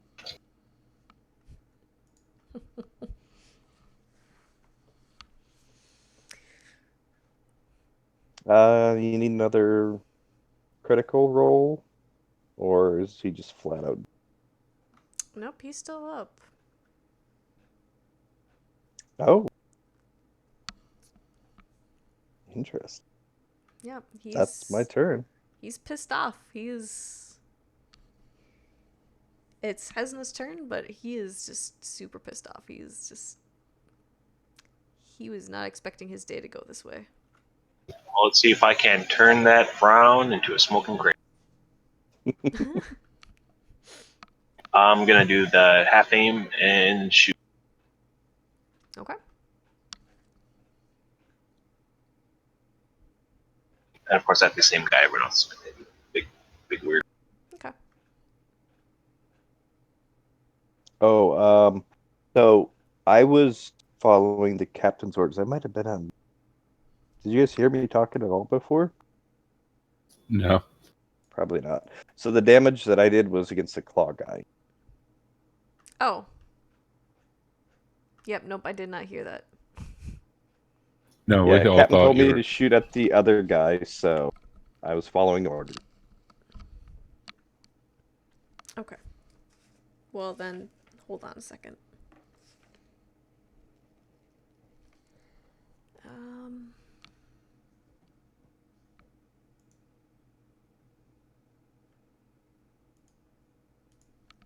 Looks like a pretty good shot. Yeah, you get all 3 shots, plus you get rolled a 10, so you get another damage. You guys know that you're not the only way you're getting. If you're doing half aim and standard, you're not getting the extra shots. You literally have to do semi-auto burst or auto burst, depending on if you qualify, to be able to get the additional That's right. shots. Right. From my weapon, the extra damage comes from accurate. Yep. So it's different than semi. Okay, so that is all I get right there. It's just that 5. Yeah. I really... Okay, so I don't think he gets the Fury because he rolled 2, and I don't know why they're saying 10. Because his weapon does 1d10 plus 3. His total damage is 5, but it's lit up green. Yeah, I don't know why I it think is either. that's... Yeah, I he doesn't. think We'll it just have would to pay be attention. assuming that it's semi. I think that's what it... It's an automatic. Right. But so it does 2d3, and then for some reason it does plus another d10 plus 3. I mean, the damage I have that I wrote down was 1d10 plus 3. And it's a 3-round burst. Yeah, Oh, no, that no, doesn't... that's not what he's disputing. I mean, I see what Scott's saying. If you highlight your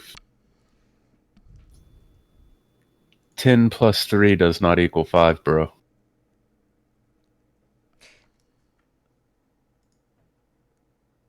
Either way, he hit and did 5 points of damage, which Which one may were or you may shooting not...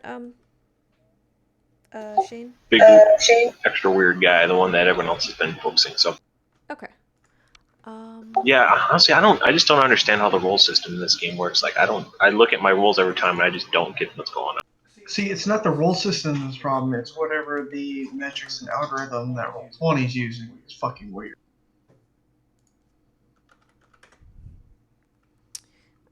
It's your skill plus your bonus minus your negative. Roll a 100. If your number is lower than that, than your skill plus and minus those numbers, you succeed. Higher, you fail. I think the major issue is the way the character sheets are set up that add in those Yeah. extra rolls that aren't showed up in the final.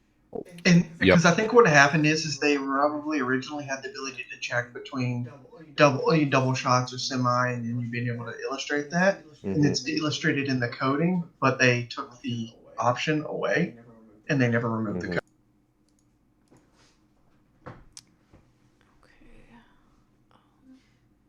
But because we get the proper results, end of the day, we just have to make sure we look to make sure it's a 10 or Mine rolled a 9 plus 4, which is 13, but it highlighted a 10. Okay, now I have a thing to look for. Okay, and you do actually get... He does actually get more damage done because he did have degrees of success and his rate of fire is 3. Depends on if he was if he calling chooses to out take the Sammy. action. Wait, what now? What do you mean? Hold on, sorry, I didn't mean to key on that one. So, because rate of fire, like mine, has rate of fire 3. Yeah, his is automatically. Because he's using a stub automatic. So he's automatic? Yes. Oh, okay, so that's the joy of his. He doesn't have to spend It's a that specific full action to do it, I think, but... But the thing is if he's spending half to aim and half to standard shoot, then he doesn't get the option to get the extra shots, correct? Hold on one second, guys. Just trying to figure something out here. Go ahead. Because I thought that was the whole purpose. You only qualify for semi-auto burst. Yeah, so the issue is semi-auto is a full action. So you can't use semi-auto and aim. So Oh, since he okay. aimed, Yeah, that's what I was he kind of had to looking do it up. single shot. So yeah, you qualify for it, but you just have to do the semi-auto. But the thing is you're already doing. The thing is you're doing half aim. You're only getting a plus 10, right? Semi-auto burst gives you a plus 10 too. Oh, okay. I've never played with guns in a game before. It's all just weird to me. Yeah, I got the you. reason You why do have the combat actions pulled up, right? No, not at the moment. Yeah, I can't seem to find all my like sheets and everything. I've got a handout made in the handout section on the bottom there. One of them's combat actions. and Yeah, then the you can hit reason- the little deal and you can pop it out into its own window too. So the reason why I'm always doing single or aim with a single shot, even though mine's semi, is by just aiming, I get plus 30. And because my weapon's accurate, for every 2 degrees of success that I have, I get an additional d10's worth of damage. So it just makes more sense for me since my ballistic skill isn't that good, but my bonuses on a single shot are amazing.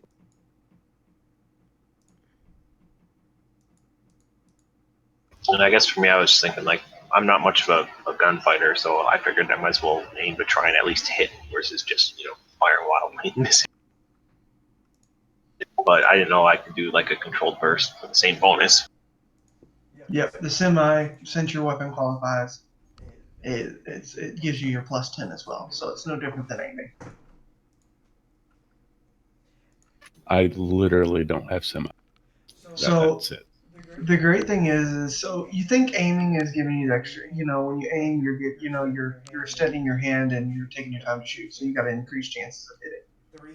The reason why you're getting a plus 2 increased chance with semi-auto burst is you're hoping one of the bullets makes contact. Okay, so it's not like I'm hitting him 3 times. I'm just firing a burst and probably one shot with it. Correct. And so when you semi-auto burst, for every additional 2 degrees of success you have beyond your first one, you get an extra shot up to the max. In this case, you're just like me. You have a rate of fire.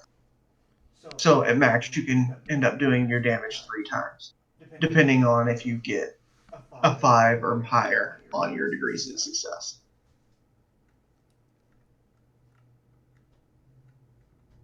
Okay, I do like the idea there. Then I just gotta get used to it, I suppose. Yeah, like I said, I can't say nothing, man. I was single shot sniping and reloading every round when I didn't need to. So joys of learning. Yep, that's the thing. We're all new to this, so it's a lot of just double checking things and trying to figure things out. So yeah, I mean, with your weapon, you can either do a single shot or your semi-automatic. It just depends on how you want to do it. So realistically, you would have got the same roll regardless of which one you did. Okay. The difference is, and I mean that's up to her whether she wants to let you take it or you're stuck with a single at this point, because nothing changes on the roll. The difference is you would get to roll your weapon damage one more time without the plus number. Is the only difference between the two rolls. Well, I mean, so obviously I'd rather do more damage, but I don't know. I could see, like, I'm new to combat, so this is like my first time really engaging in a fight, I suppose, and so I'm not going to be doing the most optimal thing every time. That's just my first shot. I just, I aimed and fired, and now that I got a hit, next time I'll probably feel a little bit more bloodlusty and go full. And you'll be like, fuck y'all, and kill everyone. Yeah, I'll just start spraying everywhere. Ah!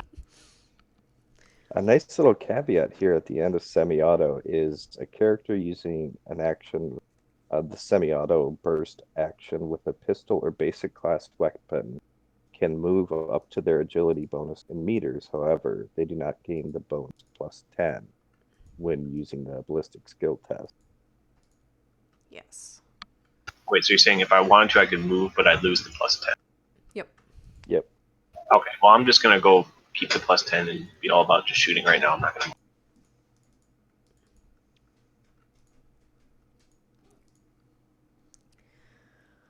to. Okay. And you said that you were shooting at the tentacle guy, right? Yes. Okay. So now the surprise round is over. It's back to Shepard.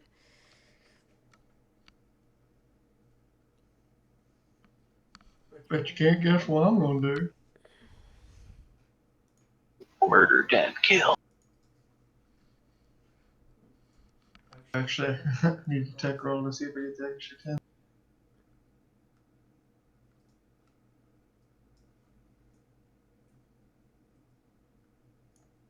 Yay!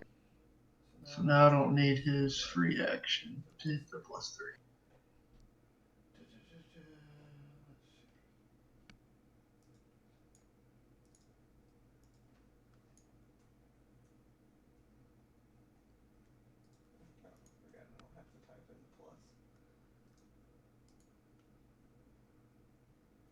Reroll!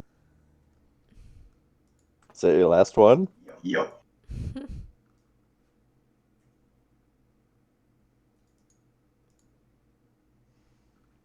So I get to roll my dice one more time.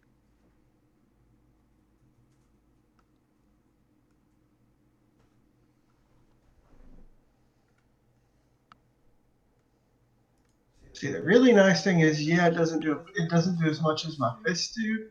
But that penetration, don't get me wrong, the fists have a 9 penetration, but it's dangerous as fuck for me to use.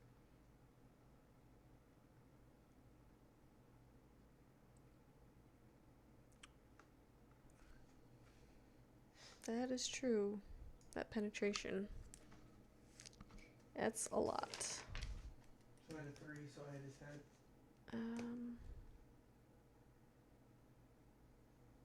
Oh no, sorry, 36 is what was. Yeah, so 63. So is that like capable of penetrating walls? Which penetrating walls? The gloves? Your shots, or your attack there? With my sniper rifle, yeah, I suppose I probably, depending on how bad, if it's really shitty walls, probably I can probably penetrate. The gloves, most surely I can punch.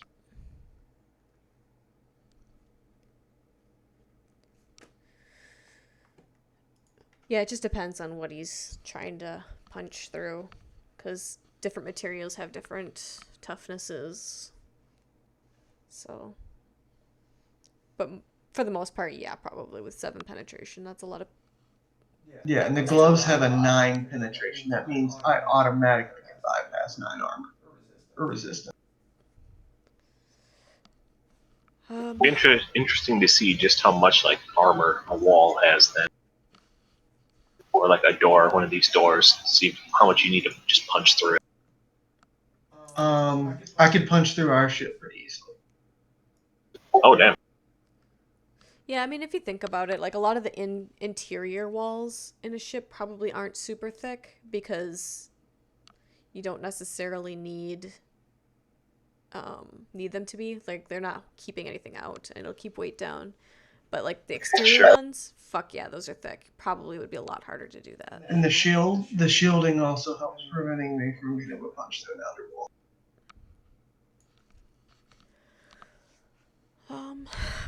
But the guy is still alive. Damn. And it is Macarius' turn.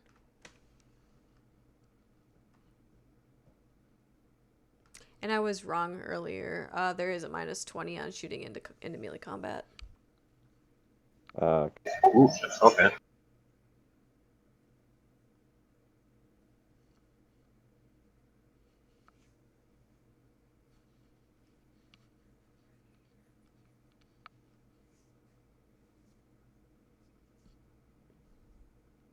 Trying to think of anything else I can do.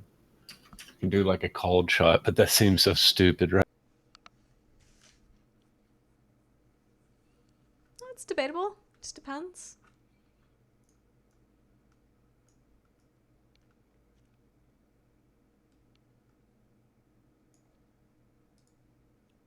It looks cool as fuck. Being like, headshot. But if you miss, Babe Ruth that shit. you could lose some man points.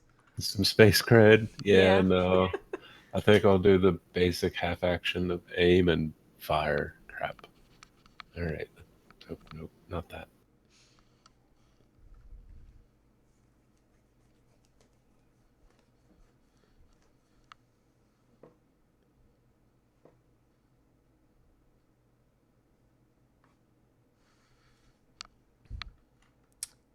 Well, you definitely hit him.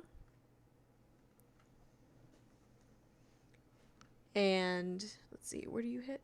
24? 24. Left arm. Left arm. Oh, Jesus, buddy. You shoot him in the left arm. And, yeah, I mean, he's taken quite a few shots already, and this is the final one that just kind of, like... He's not dead, but he is, like...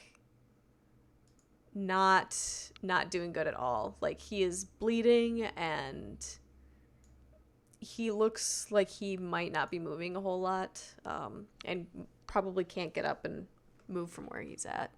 I do think I need to let's see here. I will need you to roll a d10.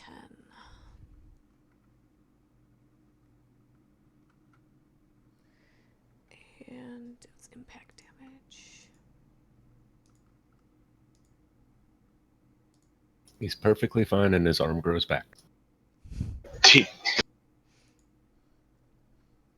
I'm joking.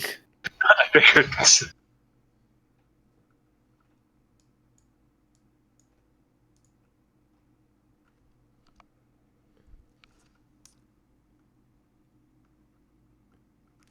I mean, you notice... Well, actually, you probably wouldn't even notice this. Do a perception test for me.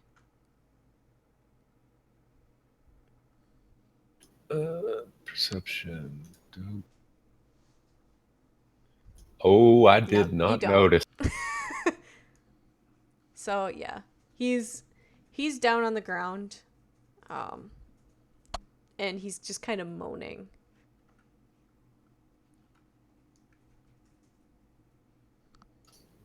That'll do it.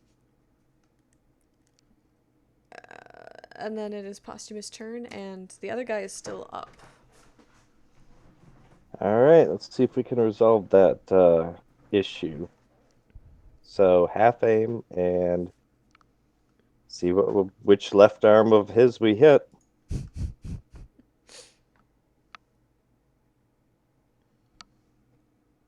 It's a body. Ooh. That one is, but we'll see what the next. So that would be one additional.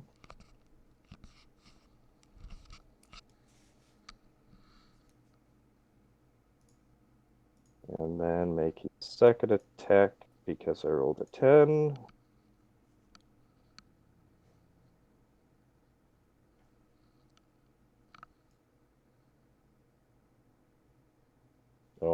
Womp womp. I rolled a 94.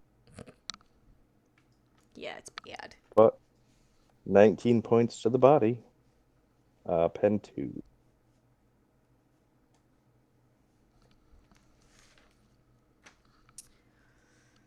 Alright, and that is energy damage. Do I want to re-roll? Is that energy damage? It is. I don't want to re-roll that. If we go through the warp tonight, I need all my... Will you roll me a 1d10? Absolutely.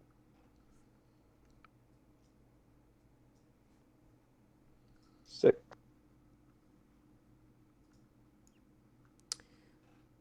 So as soon as you shoot him, and before the second shot even like goes off, he flies back, and you just see like smoke coming out of the wound, and he is down on the ground. And let's see here. Please tell me whatever it was he was trying to fix just hums to life when his lifeless body falls on it. No, it doesn't. But yeah, he hits the machine he was working on, and then he falls down as your second bullet hits him, and you just see smoke coming out. He doesn't look good at all. Like, he's probably dead. Toasty.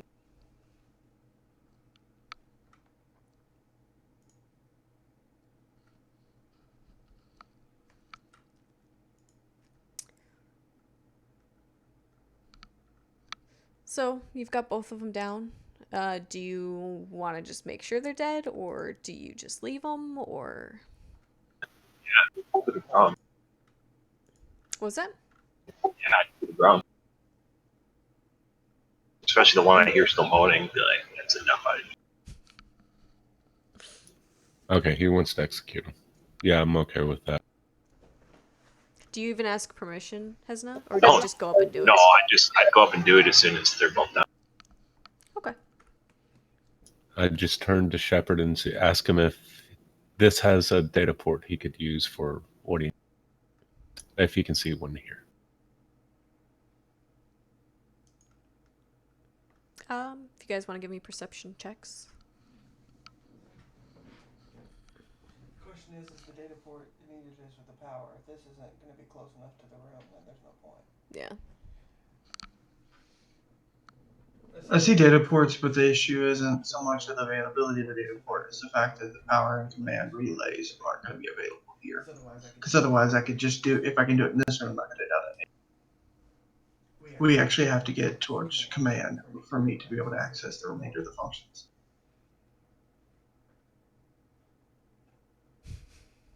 Man, my perceptions are just garbage. I feel you. I'm gonna do a sign of science to try to like not really look for them, but try to gauge if there's a particularly strong aura coming from of the creatures in our path. Okay.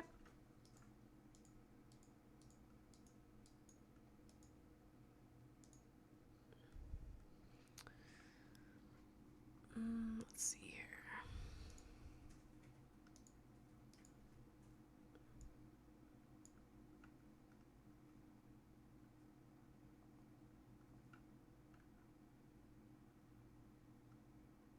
It would have been interesting to see what that last one was. The aura on it. But luckily we didn't have to worry about that. I don't know why this other rogue trader had so much trouble. These guys go down easy. So we can't find it here. I guess we keep going to the... Let's see. One. You're aware that there has been immaterium disruption, but beyond that, you're not sure. Okay.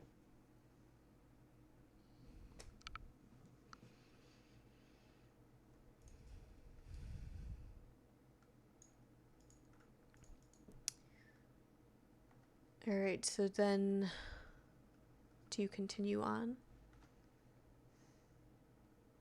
Yeah. Haven't been told anything horrifying as I. Okay. You continue through the room. You kind of hear some whirring of some machines, but then they kind of like you hear like the sputtering one, like it just stops, and it's like dead silent in there. There's not really any like creaking. There's not really the normal sounds of the ship. Like everything's really eerily quiet. You don't even really hear like the movement of any kind of air coming in or leaving the room. You get up to the door and you're trying to like go through, like you hit the button for the door to open and it's just giving you a red light.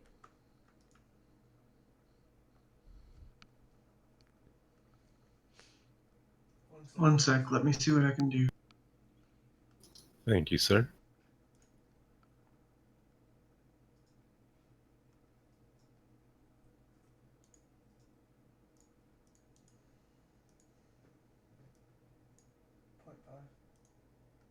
Okay. With a little bit of fiddling, you're able to redirect some power there to get it to open up for you. Whooshes open. You're able to go through. As soon as you step through, it whooshes shut. It's even darker than it was before in these hallways. It seems like they're having to probably draw even more power to wherever, and they're pulling it away from unnecessary places. So the corridor that you come into is even darker. The lights are dimmer. Like it's almost pitch black in there. Did anyone think to like bring any kind of like flashlight or luminescent anything? I don't understand why we would need that. Come on, guys. Let's move. Why are you guys slowing down? Maybe one of our pistols has a flashlight. I don't know. See, this is why I don't forget fucking Grandpa, because he's my night vision too. Yeah, he's pretty darn useful. I'm kind of surprised you did forget. No, I don't have a flashlight or whatever it's called. I just stare at you guys like. Some of us can't see in the without light. Pretty much all of them except for Posthumous. Oh, it's lucky to be a mutant, isn't it? Yup. I mean, you guys are able to like kind of like do the whole like, you know, put your hand on the wall and kind of use it to see. Or I mean, you guys could hold Posthumous's hand if he'd let you. No, Nah, I think we're good. I would rather struggle through the dark.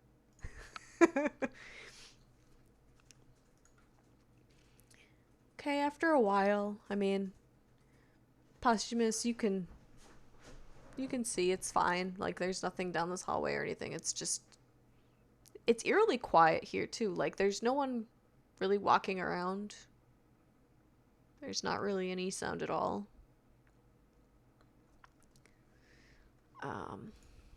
And with that, I want to take a 15-minute break.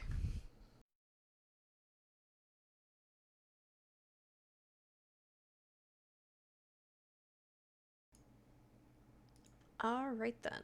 So, you guys are wandering down the corridors. It's dark. Barely anyone can see except for Posthumous. And no one's really around. You turn a corner, and that's when you see Posthumous. You see that there's a bunch of bodies just on the ground. just littered all over the place. They don't look... They are barely... I mean, pretty much it looks like they were just, like, slaughtered. Like, there's lots of blood and chunks of people strewn across the floor. Like an idiot, I hold up my hand to, like, tell them to stop, and they can't see shit. No, they walk right into you. Who's right behind Posthumous? I guess I would be. I just imagine, like, he just stops dead in his tracks and you just run right into him. Will you make an agility check for me, Posthumous? Absolutely. I fail by 6.4 degrees. Just a guess.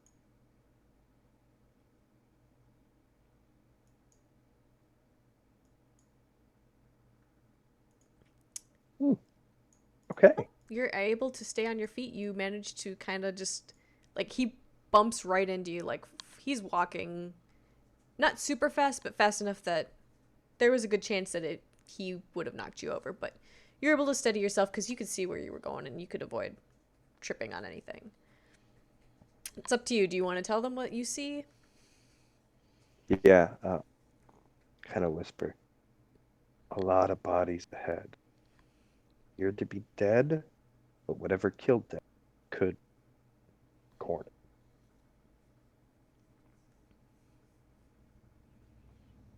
And we can't see for shit, right? Right. Like, where you're standing right now, there's not anything on the ground. Like, he stopped right before it, so you're far enough back that you don't see what he's seeing, but once you start moving forward, you'll definitely see what he sees. Once, like you'll see on the floor, you'll see the bits, you'll slide on the blood. I'm sure we can smell it. And I'm gonna guess yeah. they're not, or they look like these guys on the left, so they don't exactly have gear we can take from them. Right.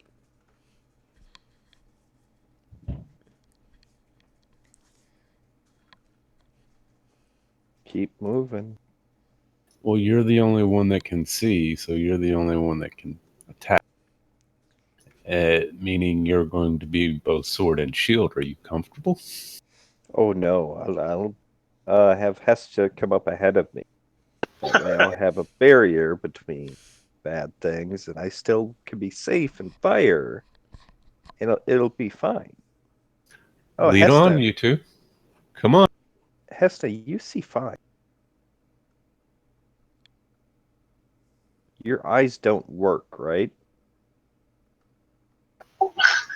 They work enough. No, But they not don't for this. work at all. Technically, he's right. You're blind, but you can see via, like, your psychic sense. So technically, you're fine too. Like, you can. Oh, That's right. well, yeah, that's right. You more sense everything around you than see per se. You're a bat.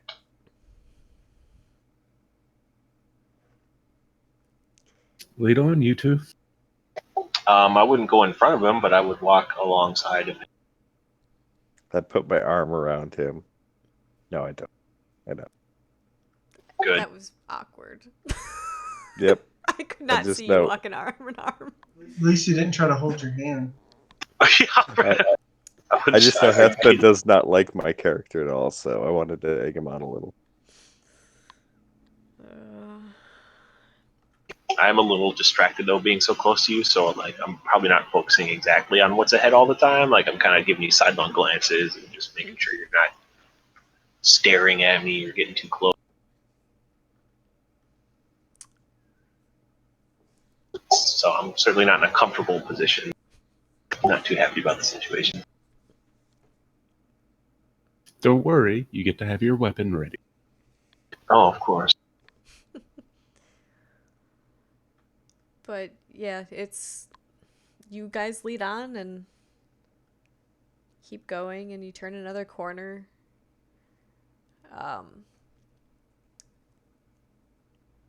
And this hallway is about as bad as the other one. You see, you guys both. I have you guys roll me science skill checks? Absolutely.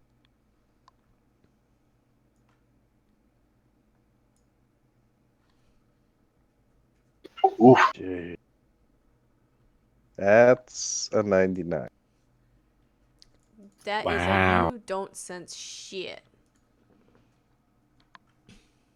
Hesna, on the other hand. More in tune with this kind of stuff. Relying on your eyes and ears has dulled your true sense. Well, why don't you go up there and just knock 3 times on the window and just let us know how that turns out. You can tell that up ahead, basically on your path to where you guys are heading, to the command deck, you can sense that there is some sort of psyker there. As soon as I sense him, I would send out a message to my buddies, let them know. Okay, so you guys all hear in your mind that there's a psyker up ahead. Be careful.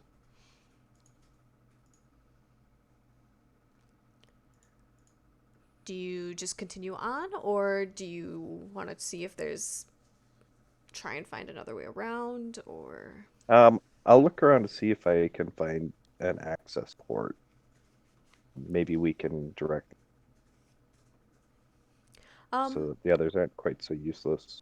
Shepard, did you by any chance like actually download the schematic to the ship? I handed everybody a data like that. Yeah, I'd assume everyone was following the quote map we got. Okay. So So with the map, would I be able to find one? Are you just, like you said, an access point? Like, what do you mean by that? Similar to the other things that Shepard has stuck his little dongle into. Okay. Yeah, you don't see any... You wouldn't be able to see any of those on the map. They wouldn't be marked. It's just a simple schematic of it. And you don't... I mean, nothing's really labeled on there either. It's more of general design. You can tell where you're going. Makes the most sense, and it's shaped, command deck looks like a command deck. I mean, there's a couple of other places that you think could potentially have something, but you're not really sure if they would have power rooted there or not.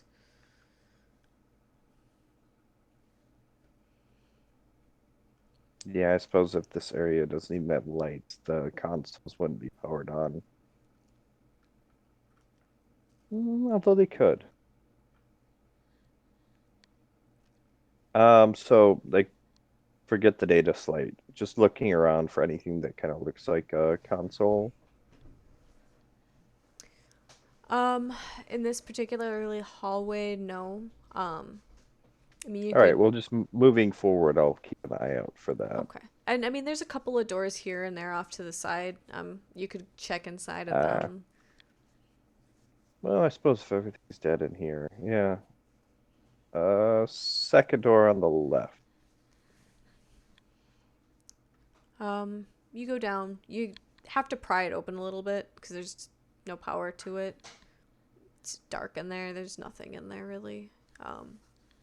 It looks like it's probably was just like a crew quarter, but there's nothing functioning on there. There's no lights indicating that there's any sort of power.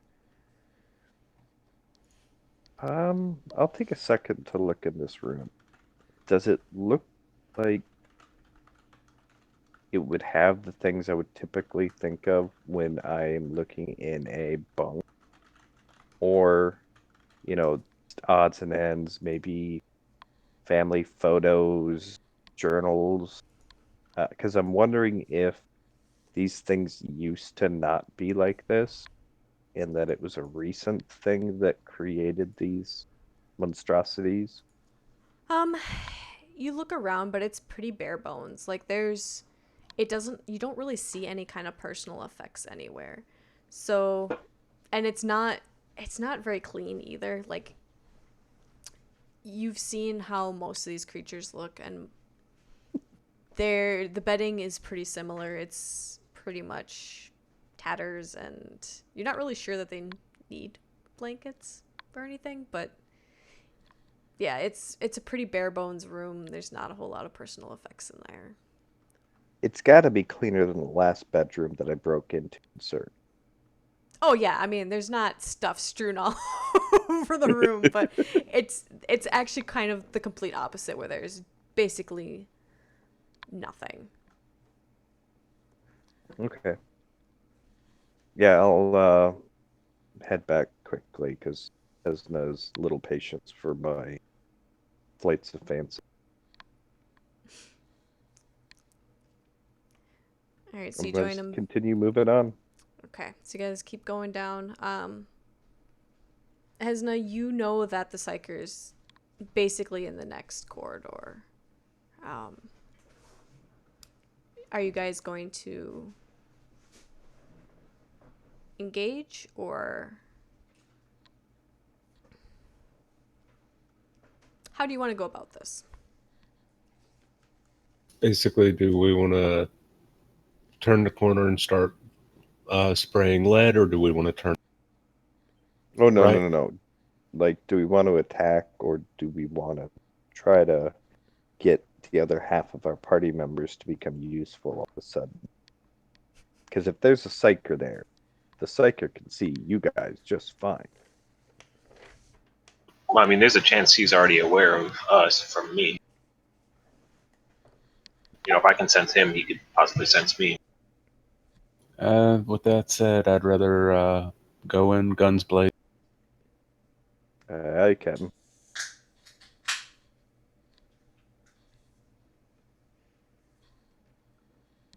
It's too bad we couldn't just throw like a flashbang in on him. I mean, technically you could. Do any of you have one? Nope. Do I got time to make one? No.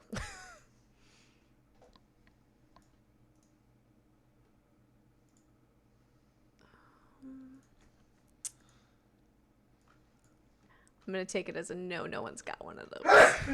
No. Oh yeah. No. I didn't Siege, you let want go to do an fast enough. acquisition roll? Yeah. It's supposed to be. That'll be up to Lilith if she wants you to do that. An acquisition. I mean, you could acquisition one, but you're not gonna get it until who knows when. Right, you can call up your guy and be like, yo, I need a grenade. When can you get it to me? Right, exactly. But that doesn't mean that you'll get one now. Like, that's... can request some for them in the future. Or look for some when you're back in town. Or you might have some on the ship. But if you don't have one with you. Yeah, it's more of a we're around semi-safe people. It's a good port action. Yeah. I mean, granted, you could definitely try and call up someone if you wanted to, but it doesn't seem like it's probably the right time or place for that.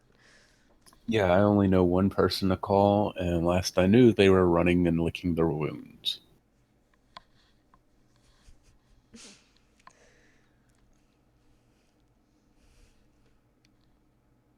Though I plan to go to the same place, just not licking our wounds as badly. And maybe with something of value to... Some of us may survive this encounter. Let's do this. Leroy Jenkins. Pretty much. Good luck, fella. God damn it. Plus 10 to 1d2. Who is even and who is odd? There might be light I'm in this even. room. We don't know. I've always felt odd.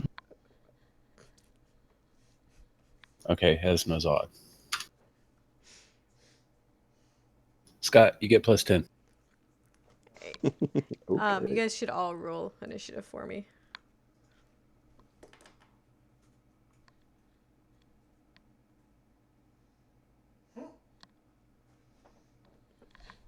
Clearly I'm one last because I don't see shit.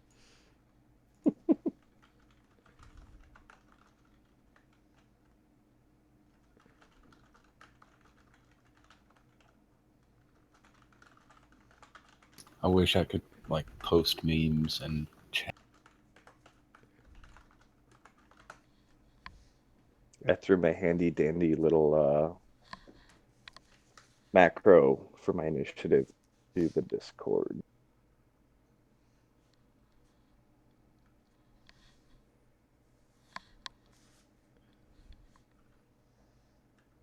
I think it's hilarious that we all have the same agility modifier. I mean, none of you guys are really like super into being like up in melee or anything like that, so I'm not really surprised you have 30s something for your agility. I'll be in 40s once we hit the next. Oh. Gonna take it, huh?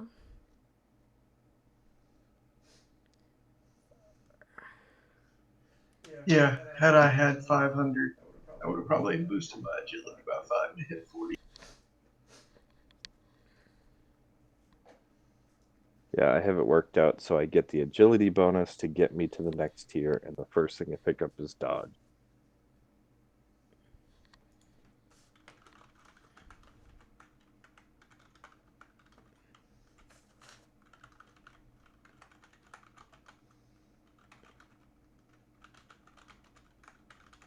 I've been training very hard with Piccolo to work my dodge. It's so annoying that like agility and my attack skill are separate, but it makes sense.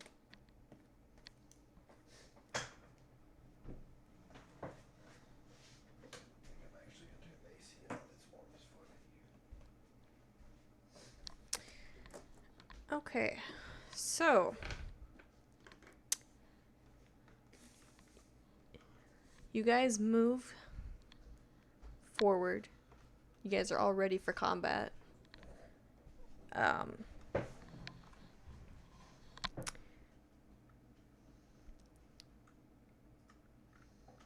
And as soon as is it still Hesna and Posthumous in the front?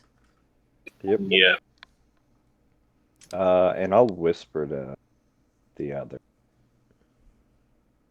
Things go bad. And I yell, look away. Best to heed my.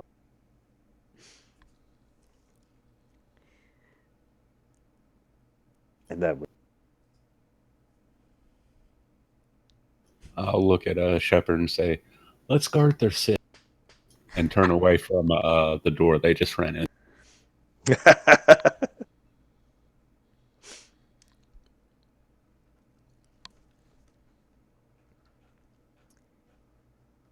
So which one of you turns the corner first? I'll do it. Okay. The Emperor protects. Yeah, I heard a Leroy. That means he goes first. That is true. That is very true. Will you roll me a willpower test? Sure thing. I would say I'm good at these, but roll 20 screw me.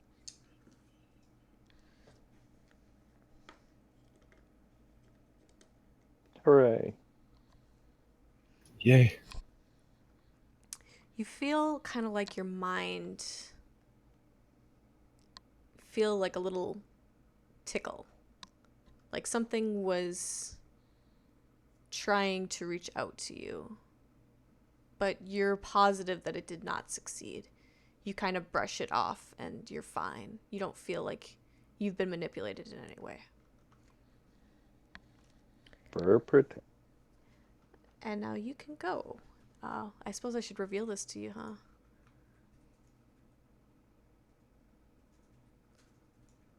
Oops.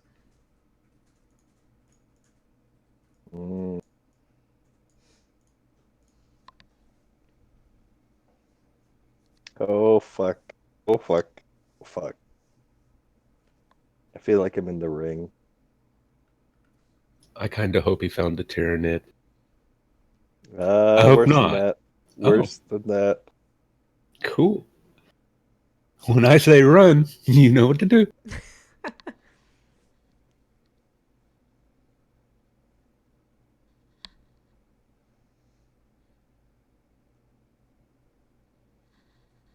All right, so what's my distance on these 3 targets?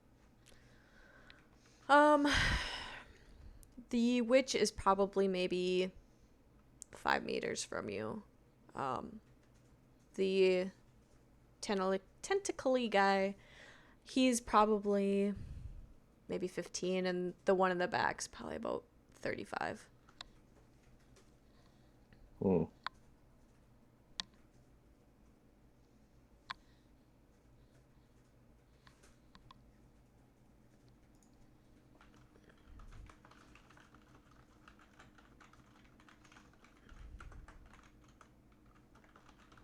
So, run, do.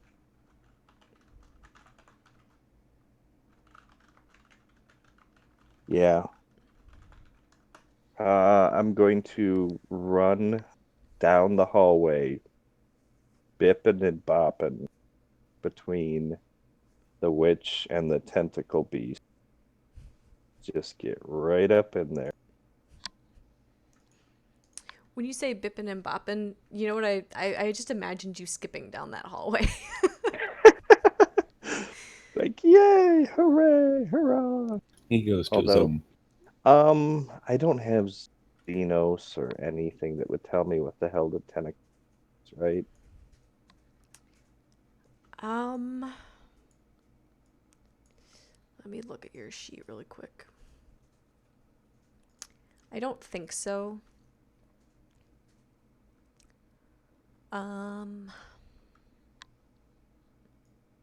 Forbidden Lore Warp might be the only thing that would be helpful.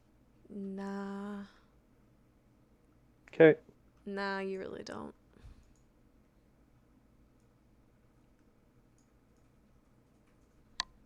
So, whole move would be... Yeah, no. Just gonna run right into the belly of the... Got my fate points. Those will keep me alive. That's you my turn. brave bastard. How many fate points do you have left? 2 Okay. total.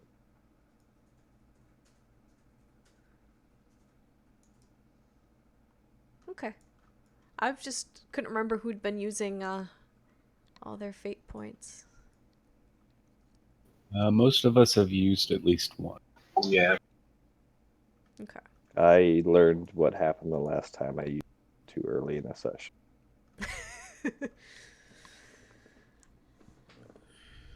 Well, I could afford to burn one fate point brave, but now I can't afford to burn any of them or use any of them brave. And then as I go, I'll call it 3 targets. Squid, fleshy, and it. Oh. Now I see what you're actually pointing out. Mm-hmm.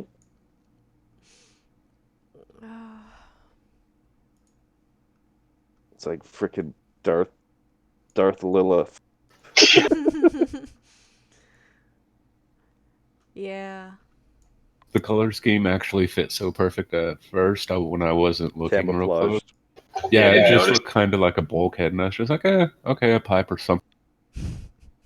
Blending in. Well, you guys are, most of you can't see, so, I mean, it's dark in there. Mm-hmm. Yeah, I can't see anything in there. Like, I'm not looking that way. So are you are you like charging posthumous or like Yeah, I'm just running right through. If there's not enough room for me to get through, I might rethink. No, you could probably do that. I'm just trying to figure out like action wise if you are just moving and just kind of I weaving think your way through, or if you're like actually gonna like try and charge this guy. no, Or I got nothing. I mean, I have my staff, but I'm not going to be with it. I mean, My you could- goal is to get far down the hallway. Although, what's the variance between a charge? I think charge is 9 and 15. A charge, you must move 4 meters, and it gives plus 10 to weapon skill, and it's a full.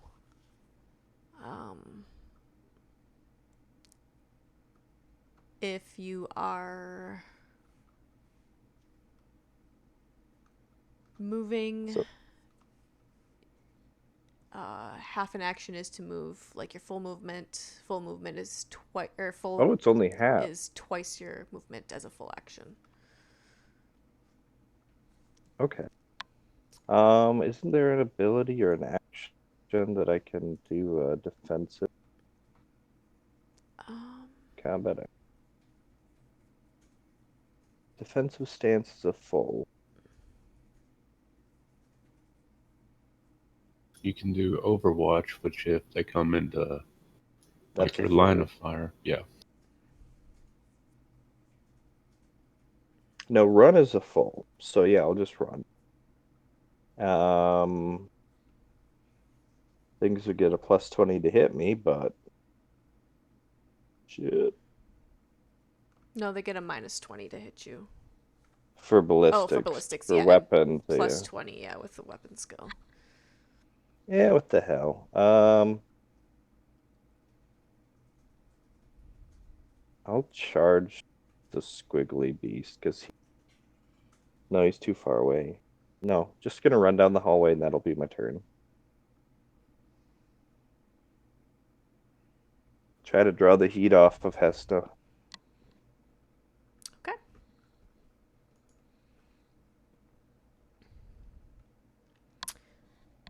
And then it'll be Macarius's turn.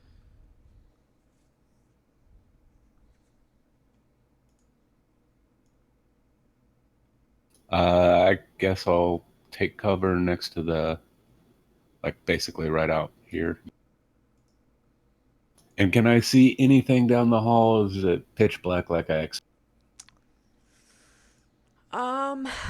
Yeah, it's pretty dark down there.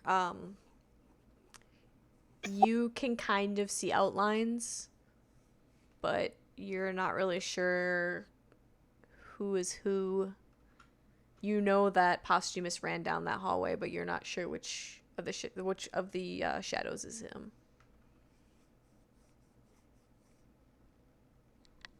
Help him, Hesna. Okay. That's about all I can do. I'm not going to fire blindly because I know what.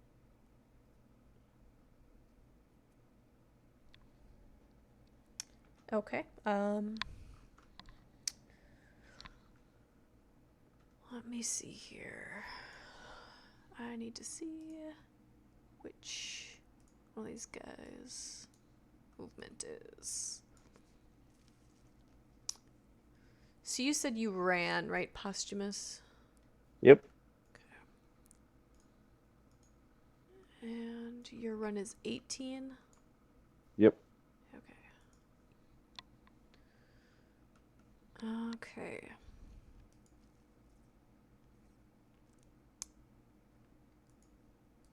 The guy at the end of the hallway, he could hear you running, but he's also not able to see super well. He can make out outlines. He saw you running towards him, so he's gonna move towards you, but he's just going to walk towards you because he can't make it to you otherwise. He's scared that he's gonna fall. So he starts coming towards you. He makes it. Let's see, 18, 19, 20.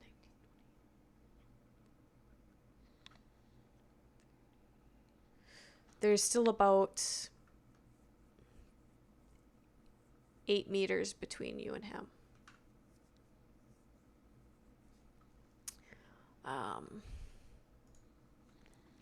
So far, my plan is working. That will change soon.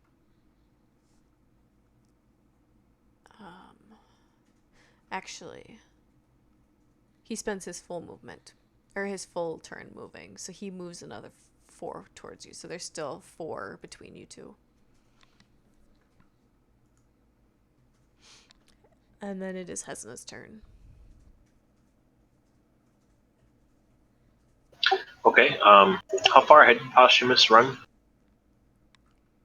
He is 18 meters ahead of you.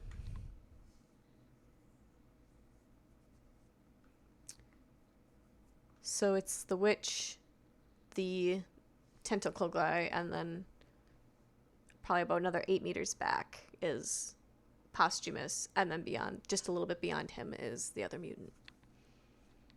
Oh my god, this entire time I knew you were talking about something that looked like something else, but I never saw it until just now. Yeah, I did not realize that was a thing. Does the witch, does she seem like she's chaos? You... I mean, you can assume she probably is, since she's here. Well, I suppose either way, I'd want to bring her down first. She seems like the biggest threat. Yeah, I'm just gonna level a burst at her. Fire. Okay.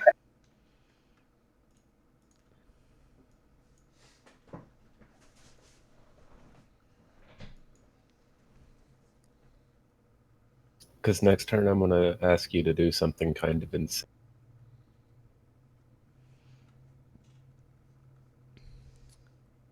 Alright, yep, you fire off.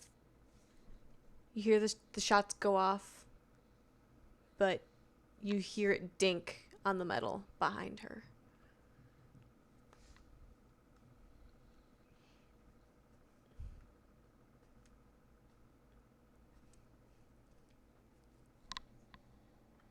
And I would say, CJ, that you probably know about the mind link thing with Hesna. He is an astropath, Yeah, no. after all, and he's your astropath, so. Yeah, I thought we've actually discussed this before, where we had kind of worked that out, and I at least tried it on everyone, so everyone knew what it felt like and what it was all about. Yep. Yeah, but this is a little different. I'm more or less asking, hey, GM, can we shoot using his... No, his mind link isn't quite strong enough yet for him or to like share images and stuff like that. I believe it's just what was it? Just basically the barest bones kind of deal right now. Yeah, Mind Link is it's a telepathic communication link. Is all it is. Okay, so no, you can't do it. Damn. I mean, I can eventually send images to people through thought, but it's not until I get a psi rating of like a 5 or 6. Okay, so probably a little bit of a higher rating than you got now. Yeah. Okay, here it is. I can send a visual communication when I'm rating 3 to 4, but the images will be in black and white. It'll be in a dreamlike quality. So it's not until I get psi rating 5 and 6 that it'll be, crisp, clear images in color, accompanied with other sensory input like sound and taste and all that. Oh, cool. Well, that will come in. Yeah, so Well, right now it's just verbal. Assuming, we don't die horribly here in a... So I mean, realistically, like he could tell you like approximately like how far the targets are and stuff like that, but couldn't give you like, oh hey, this is what I'm seeing, now you can see it. Okay.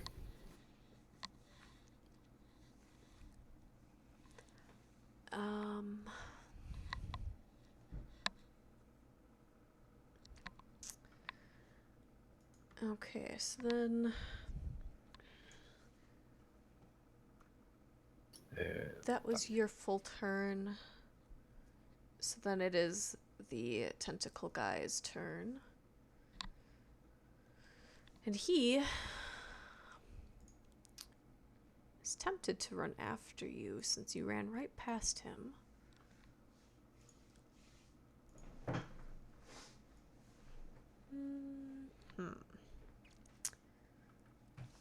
except he can't run because he has issues moving. Like, you can tell, like, he turns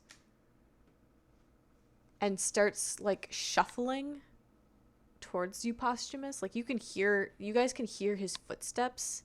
They're kind of like a step and, like, a slide.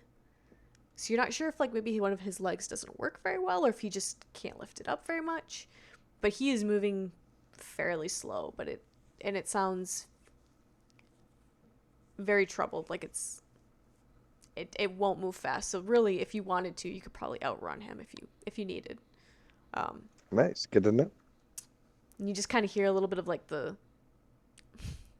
hear a couple of his tentacles just, like, fall down onto the ground and just kind of, like, slither, drag on the ground.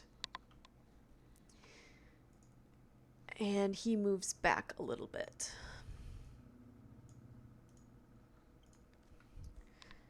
And that is his turn.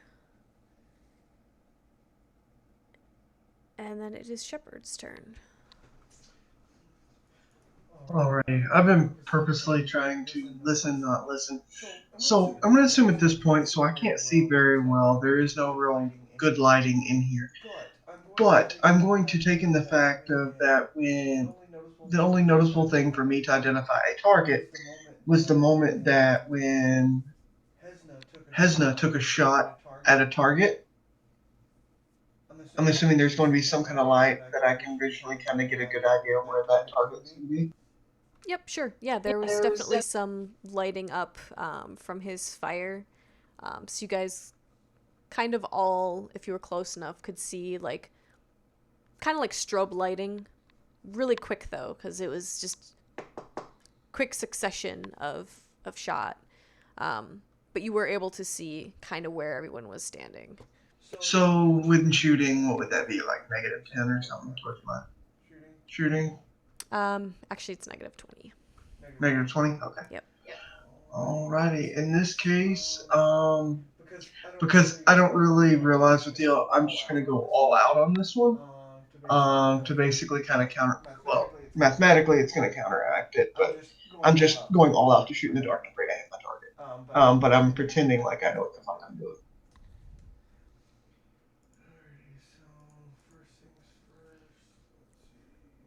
Does that mean that you are shooting at a semi-auto rate as well?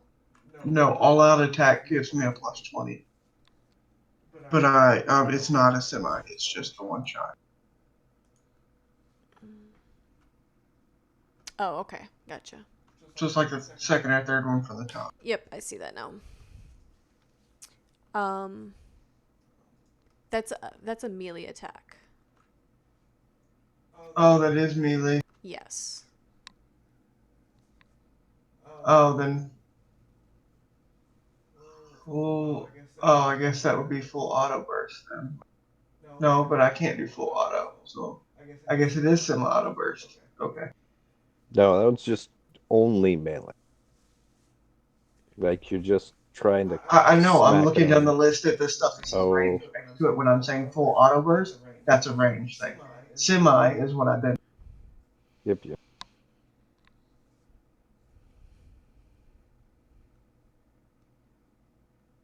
So yeah, I guess in that case, yeah, I'm just gonna end up going semi then. But I got success for the deal, so I get the bonus. So.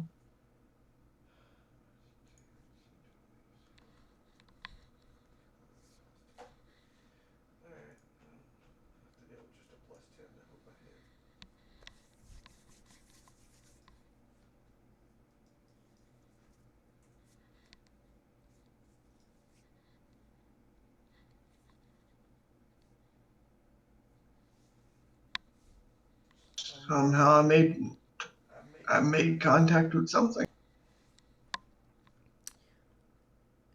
You do. You can definitely hear when you shoot. It makes like a th noise. Like, definitely hit something solid, and it didn't bounce off of anything.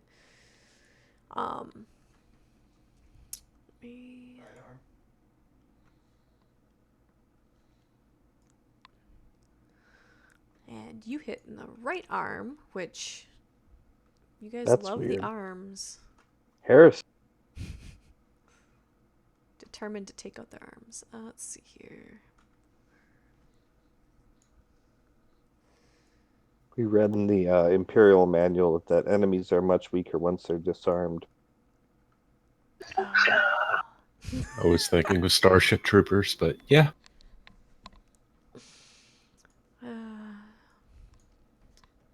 It's just a scratch.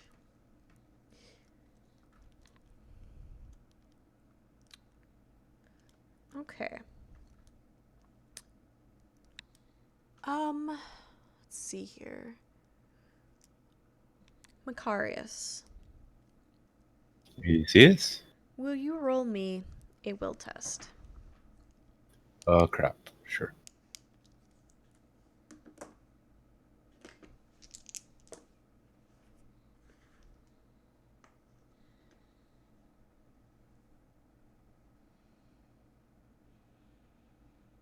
I'll take that. It sucks, but it's not as bad as it could be. Alright, what do I roll? You feel this cool touch, kind of feels like fingers, but like on your brain. And it feels kind of like it's petting almost. And then you just feel like this jab of pain. And you hear this voice. And it's sickly sweet. And all it says is, attack that one that's next to you. I want you to kill him. Good luck, motherfucker. And she compels you to attack Shepard. I'm like the worst target for him to fucking do that. And then it is Posthumus's turn. All right. I yell, "Look away!" And my third eye opens, and just this like crackling energy is visible, and we're gonna do a willpower. And this is where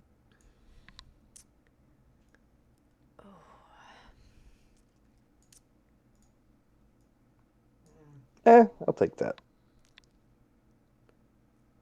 Okay. And this is the lidless stare, right? Correct. Against anyone within 15 meters. So my allies won't even have to worry. Nope, they are actually far enough away because you decided to run down the hall. And I'll get all three of them. Let's see here.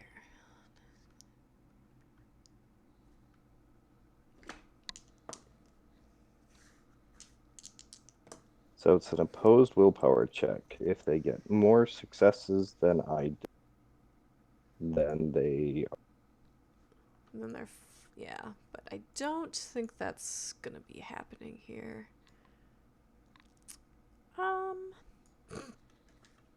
They've probably already failed a willpower test or two along the way to become this. Right, yeah. All right.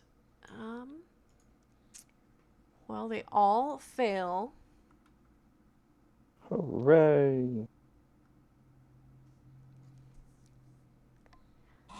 So then it's what? 2d10 damage? 2d10 plus the Navigator's willpower bonus? Yep.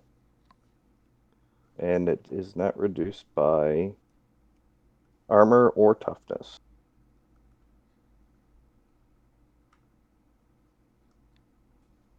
Don't they? Isn't their willpower supposed to be their armor against it? Yep. Not as impressive as I was. Still hurts pretty bad. Mm-hmm. When you think on average, at best, with a willpower, a 3, most likely is a 3 or 4 with most things, if not less. So, I mean, they're really not blocking a lot of it. Oh no, the willpower doesn't block anything. It just if they get more successes than I did, they don't take anything. Right. Oh, okay.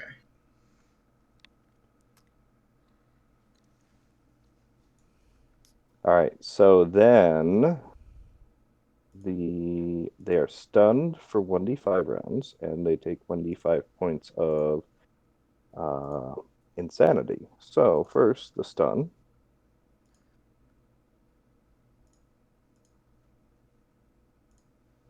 It's being slow. I didn't do another 1d5 anyway for the insanity.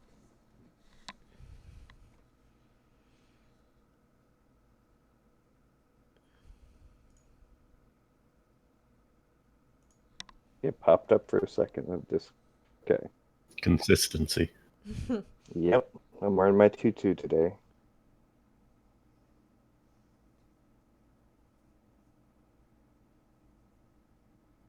So I take a level of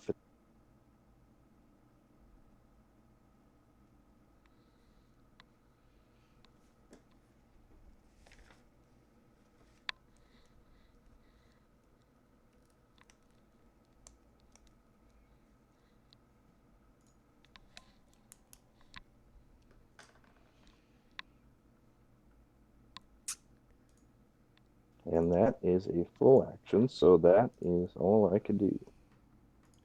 Okay, and and the 1d5 was how long they were stunned for, right? Stun and insanity. Okay. So they're both two. So 2 and 2. Oh, okay.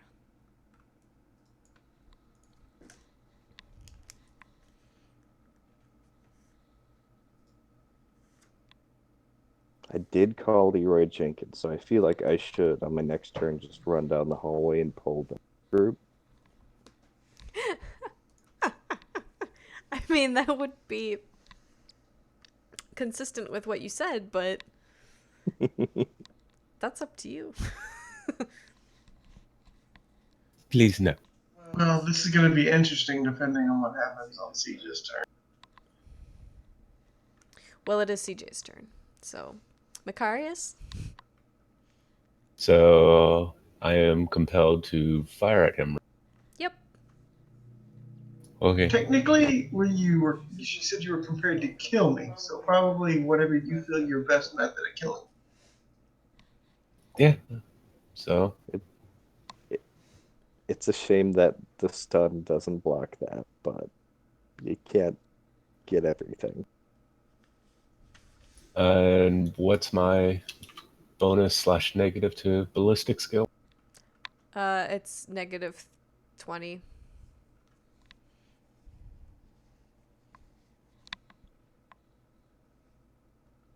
Huh. Yeah, you you were shooting and I mean, you don't know. It could have been close. You can't really see, so but you do hear it ting like off of probably the wall or the floor somewhere down the hallway. Like it doesn't sound like it was close. Our captain has nerves of spaghetti. He's firing wildly. You're probably pretty lucky down there, Posthumous, because it sounded pretty close to you. Impressive.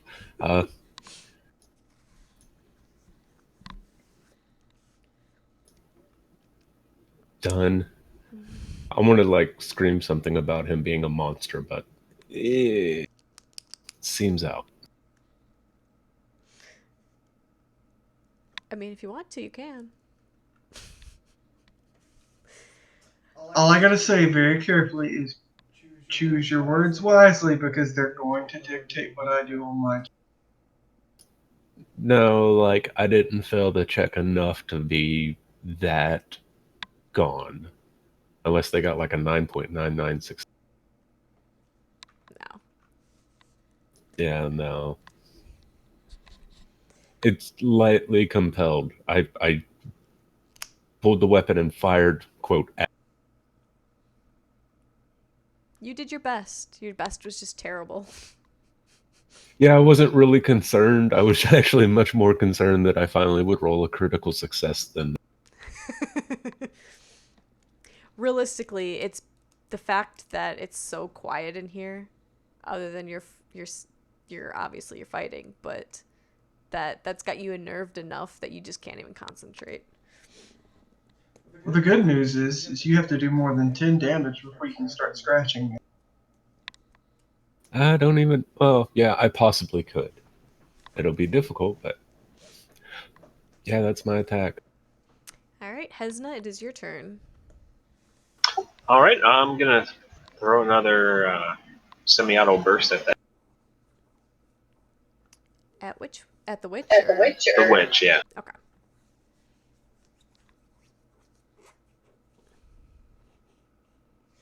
If they're stunned, do they lose their ability to dodge? Yeah, they wouldn't be able to use the dodge action. They still get their toughness bonus. Oh, yeah. But yeah. They didn't need to, though. Once again, Hesna shoots. You guys see the light flash. And you hear ting-ting-ting. Or ting-ting-ting. Ting-ting-ting. Yeah. Sorry, I wasn't sure I made enough noises. Or too many. But it's no good. It all misses.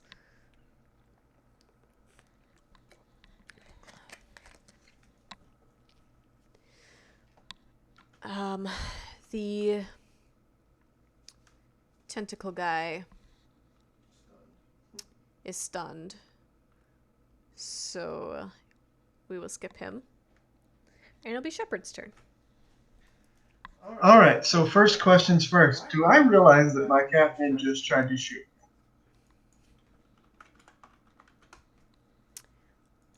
I would say yes. You are very aware of what just happened. Okay, the next thing, and this is very crucial, I don't know whether it's something you want to define on it, or whether you want me to roll on it. Do I know that it was something against his will by something ahead, or is it possible I think he just said, fuck it, and wanted to shoot? I guess it depends on how well you think you know the captain.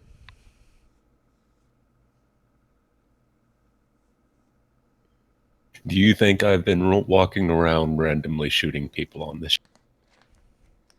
No, and I think it's weird that you would have shot at me, but again, I don't fully know because it's dark as fuck. So what? Honestly, from my character's perspective, honestly, I think you shot at me, but I honestly think you just were that bad of a shot. Yeah, you just got a little carried away in combat. It was a pretty bad, impressively bad success. Failure. Yeah, because this is one of those that I had to be very certain. That's why I wanted to ask these questions, because me as a player knows what's going on. Me as a character, I needed to define that. Because otherwise, what was going to happen, since you're like in melee range, I was going to turn around and just punch you. But no, that totally makes sense. Yeah, except for I would have punched you with the glove, and that would have not been wonderful. That would have hurt really bad. Yeah, I know. And that totally would make sense. So that's why I needed clarification. But I think with this one, I think we can kind of... If you shoot at me again, I'm going to punch you. I'm going to assume the first one was a bad shot. The second one, I'm going to stop you from making more shots at me. So I'm going to go the semi-automatic burst on in the same spot against the witch that I know I made contact with before. Okay. Or the target, rather.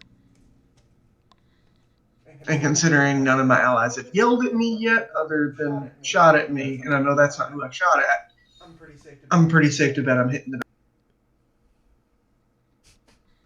You've seen more than me.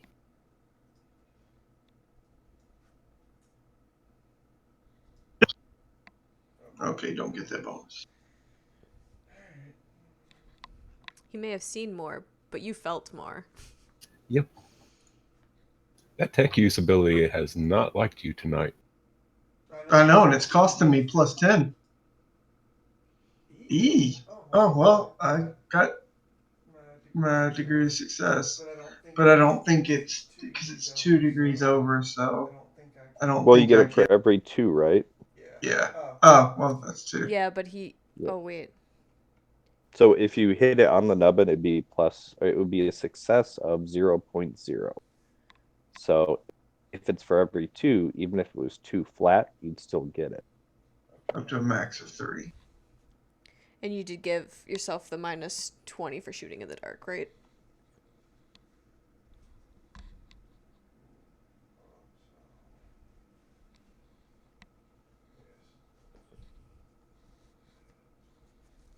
No, I don't get. So it'd be a 1.7 because I forgot to deduct 10 of it. Because I didn't add the bonus for the semi-automatic burst on this one, but I also forgot to subtract 20. So we're at the 1. 1.7, so I don't get the extra shot. So I only do the 5 damage. We don't have to worry about like hitting each other in the dark, do we? Because I mean, we're in a corridor. It's not like we're like lined up in a nice, firing squad. You never know what a critical fail is going to get at you. For sure. Like, do I need to bother to say that like I'm like, in like a crouched position? Like I took a knee. Okay.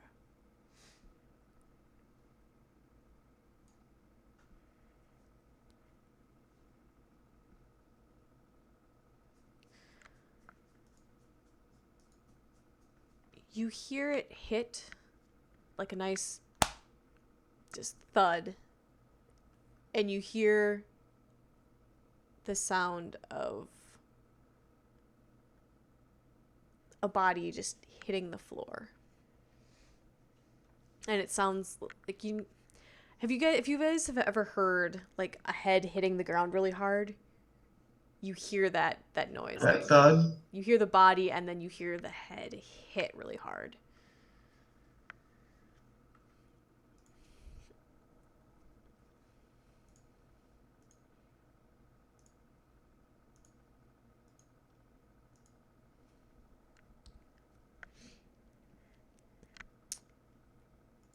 So when that thing dies, does it lose its grip on him? Yeah. And this is not even me knowing. This is player just curious. Yeah, realistically, it's just a single turn. Oh, okay.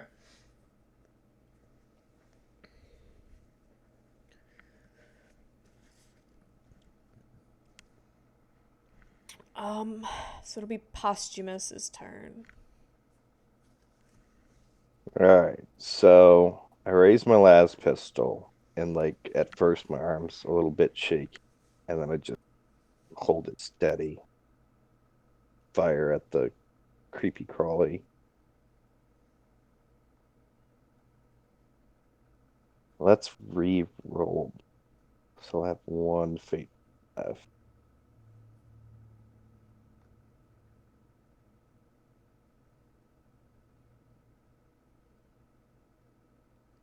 Damn. There we go. That's a little And the better. Emperor Oh, wow, is yeah. with me. Alright, so first we'll do the 2D.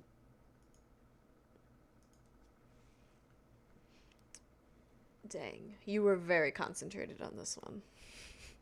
Yep. You knew that you had to make it count because no one else could shoot. Yep. Boom.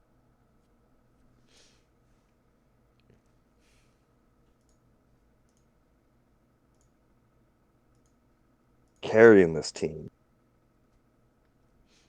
You hear it slump down to the ground. About like 5 different little smacky noises as each individual tentacle hits the ground.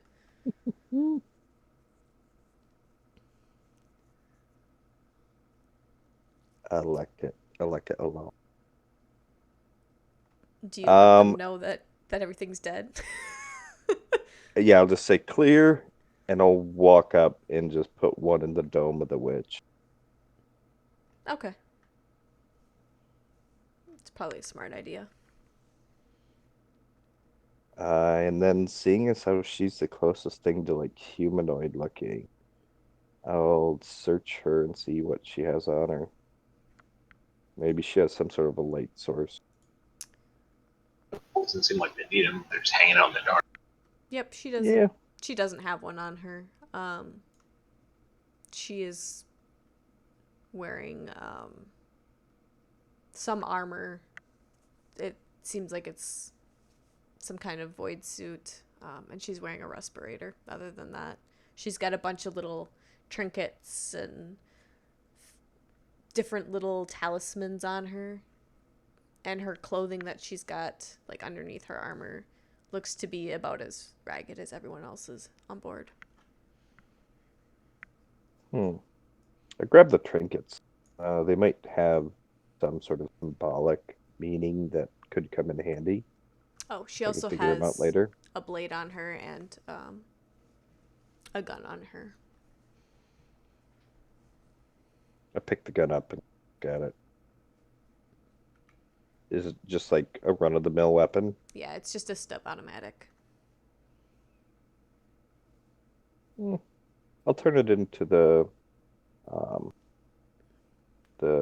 munitions guy that we have on the ship. Never know when you might need an additional weapon. True. All it's got is the clip that's in it. Sounds good.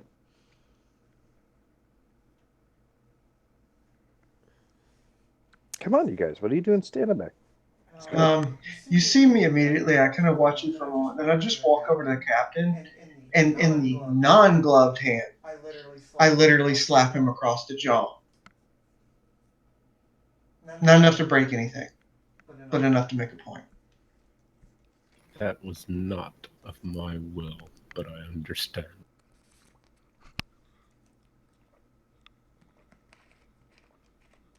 Just don't make it a habit of shooting me. I appreciate the opportunity you've given me, but if it comes to you or me, you know what choice I'm going to make. Of That's all I want to make.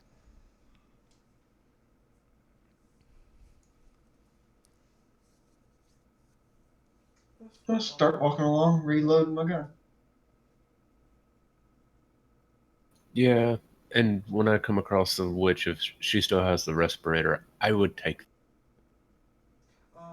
Isn't our wonderful Hesna missing a void?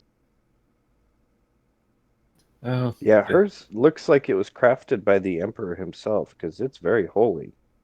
Huh. Yeah, it's not going to keep anything out or in.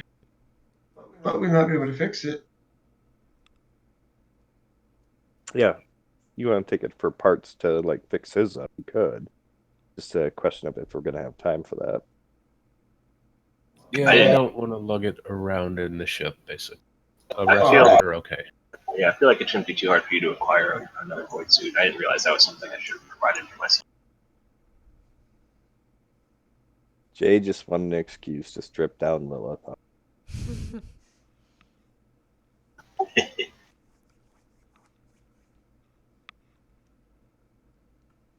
Why would he have to settle for a virtual? True enough. Yeah, Alright. Posthumus is just standing in the hallway, just like, come on, guys. What are you waiting for? So, like, hands out in front, feeling their way down the hallway.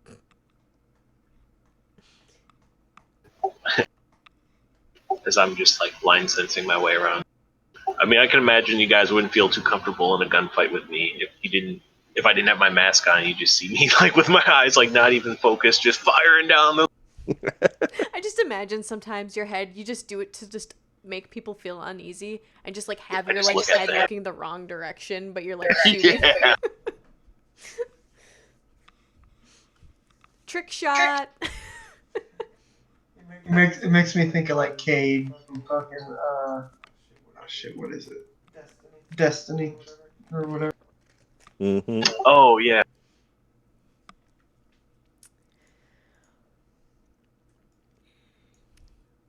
And I think we're gonna actually call it here tonight. Alright.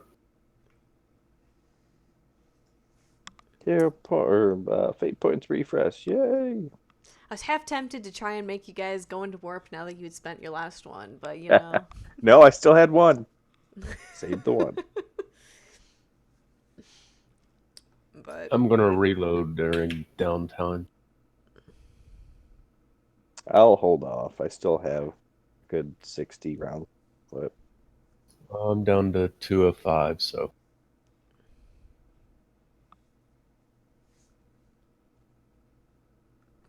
makes sense. and it also takes 2 full rounds to reload. So Oh yeah. So, considering the fact that I carried you guys through this, I'll take 80% of all of your XP.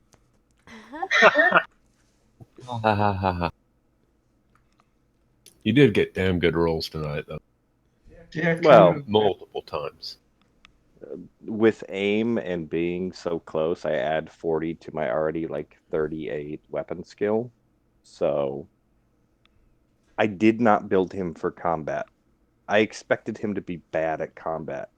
It's just I decided to go for the scope, which gives me 10. My weapon's accurate from my heirloom weapons, so yeah. When we have space downtime, we're not doing stuff or dancing in combat. We can actually start looking into your actual weapon, since I can actually help identify. Sure.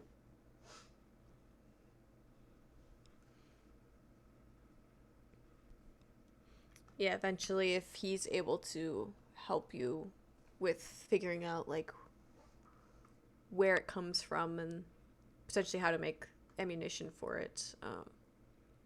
Because right now, you only have that one clip for it, for your last pistol.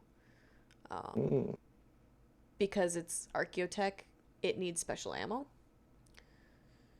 So, and it's something that you could probably find on some larger planets. It just would take a little bit of looking. Gotcha. But if So I I can should do a better identify job it, of I can tracking my make it. shots. What was that?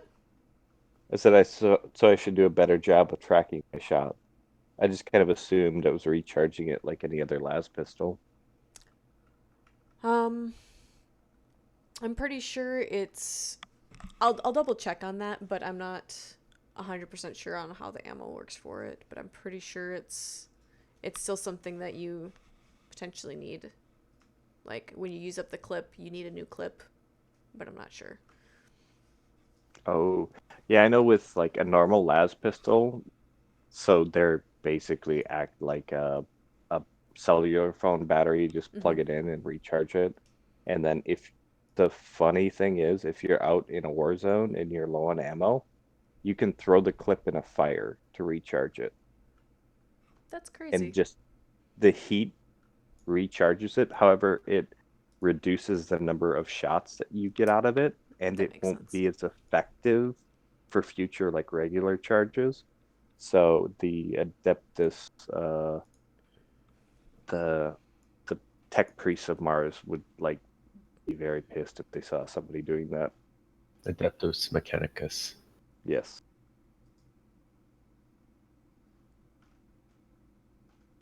I've spent ever since you invited me to this game, I've spent every night watching 40k video because that's I believe it, honestly. You guys all probably know more than I do because I read stuff, but it takes me a while to like.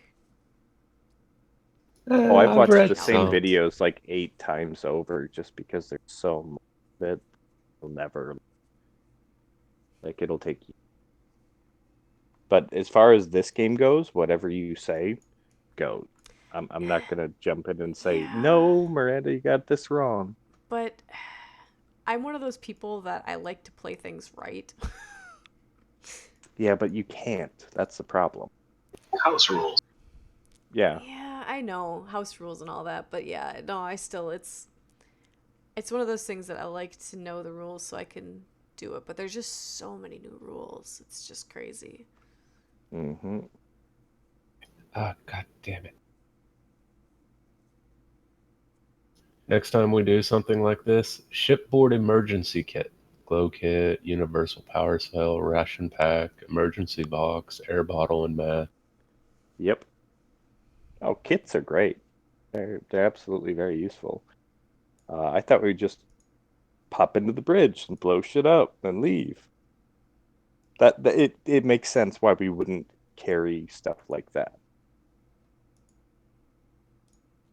No, but I mean next time, Oh, just bring absolutely. one up from our ship. Next Easy. time, we're going to have an extra void suit. We're going to have so much stuff that we will not need because we'll just pop in, pop out. That'll. Oh, yeah, that's always how it works. Mm-hmm. Not prepared for it? Guess what? Yep. You need all the things. Oh, you're prepared for it? You need none of the things. Mm-hmm. The path Although is lit up. You actually have a nice little red trace down the middle of it, actually leading straight to. Apparently, they need repairs right now. the fact that I got to pick my mutation and I picked Dark Sense or Sight saved our asses so hard. Yeah. Yep. Honestly, if Jason would have brought Grandpa with too, that also would have helped because I do believe he has a light source on him. He has a light source and he has the ability to see in the dark, which I just plug into him, therefore I see in the dark. Yep. And his Grandpa. perception is like 30 fucking points higher than mine.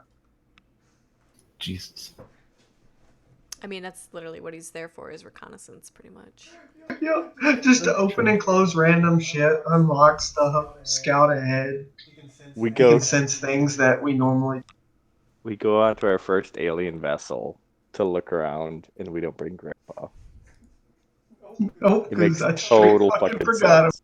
Yep, makes total sense though. And that was one of those things that I felt like I should penalize myself for, and reneging on it wasn't a thing that should have been able. Grandpa was tired. He was very stressed out after that Oh. trip over to the ship. I'm pretty sure Grandpa's gonna be pissed and yelling at me.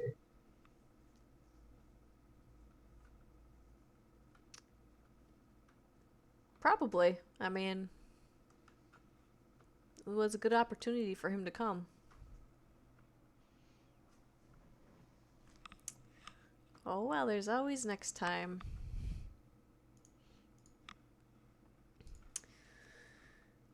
And with that, y'all have a good night.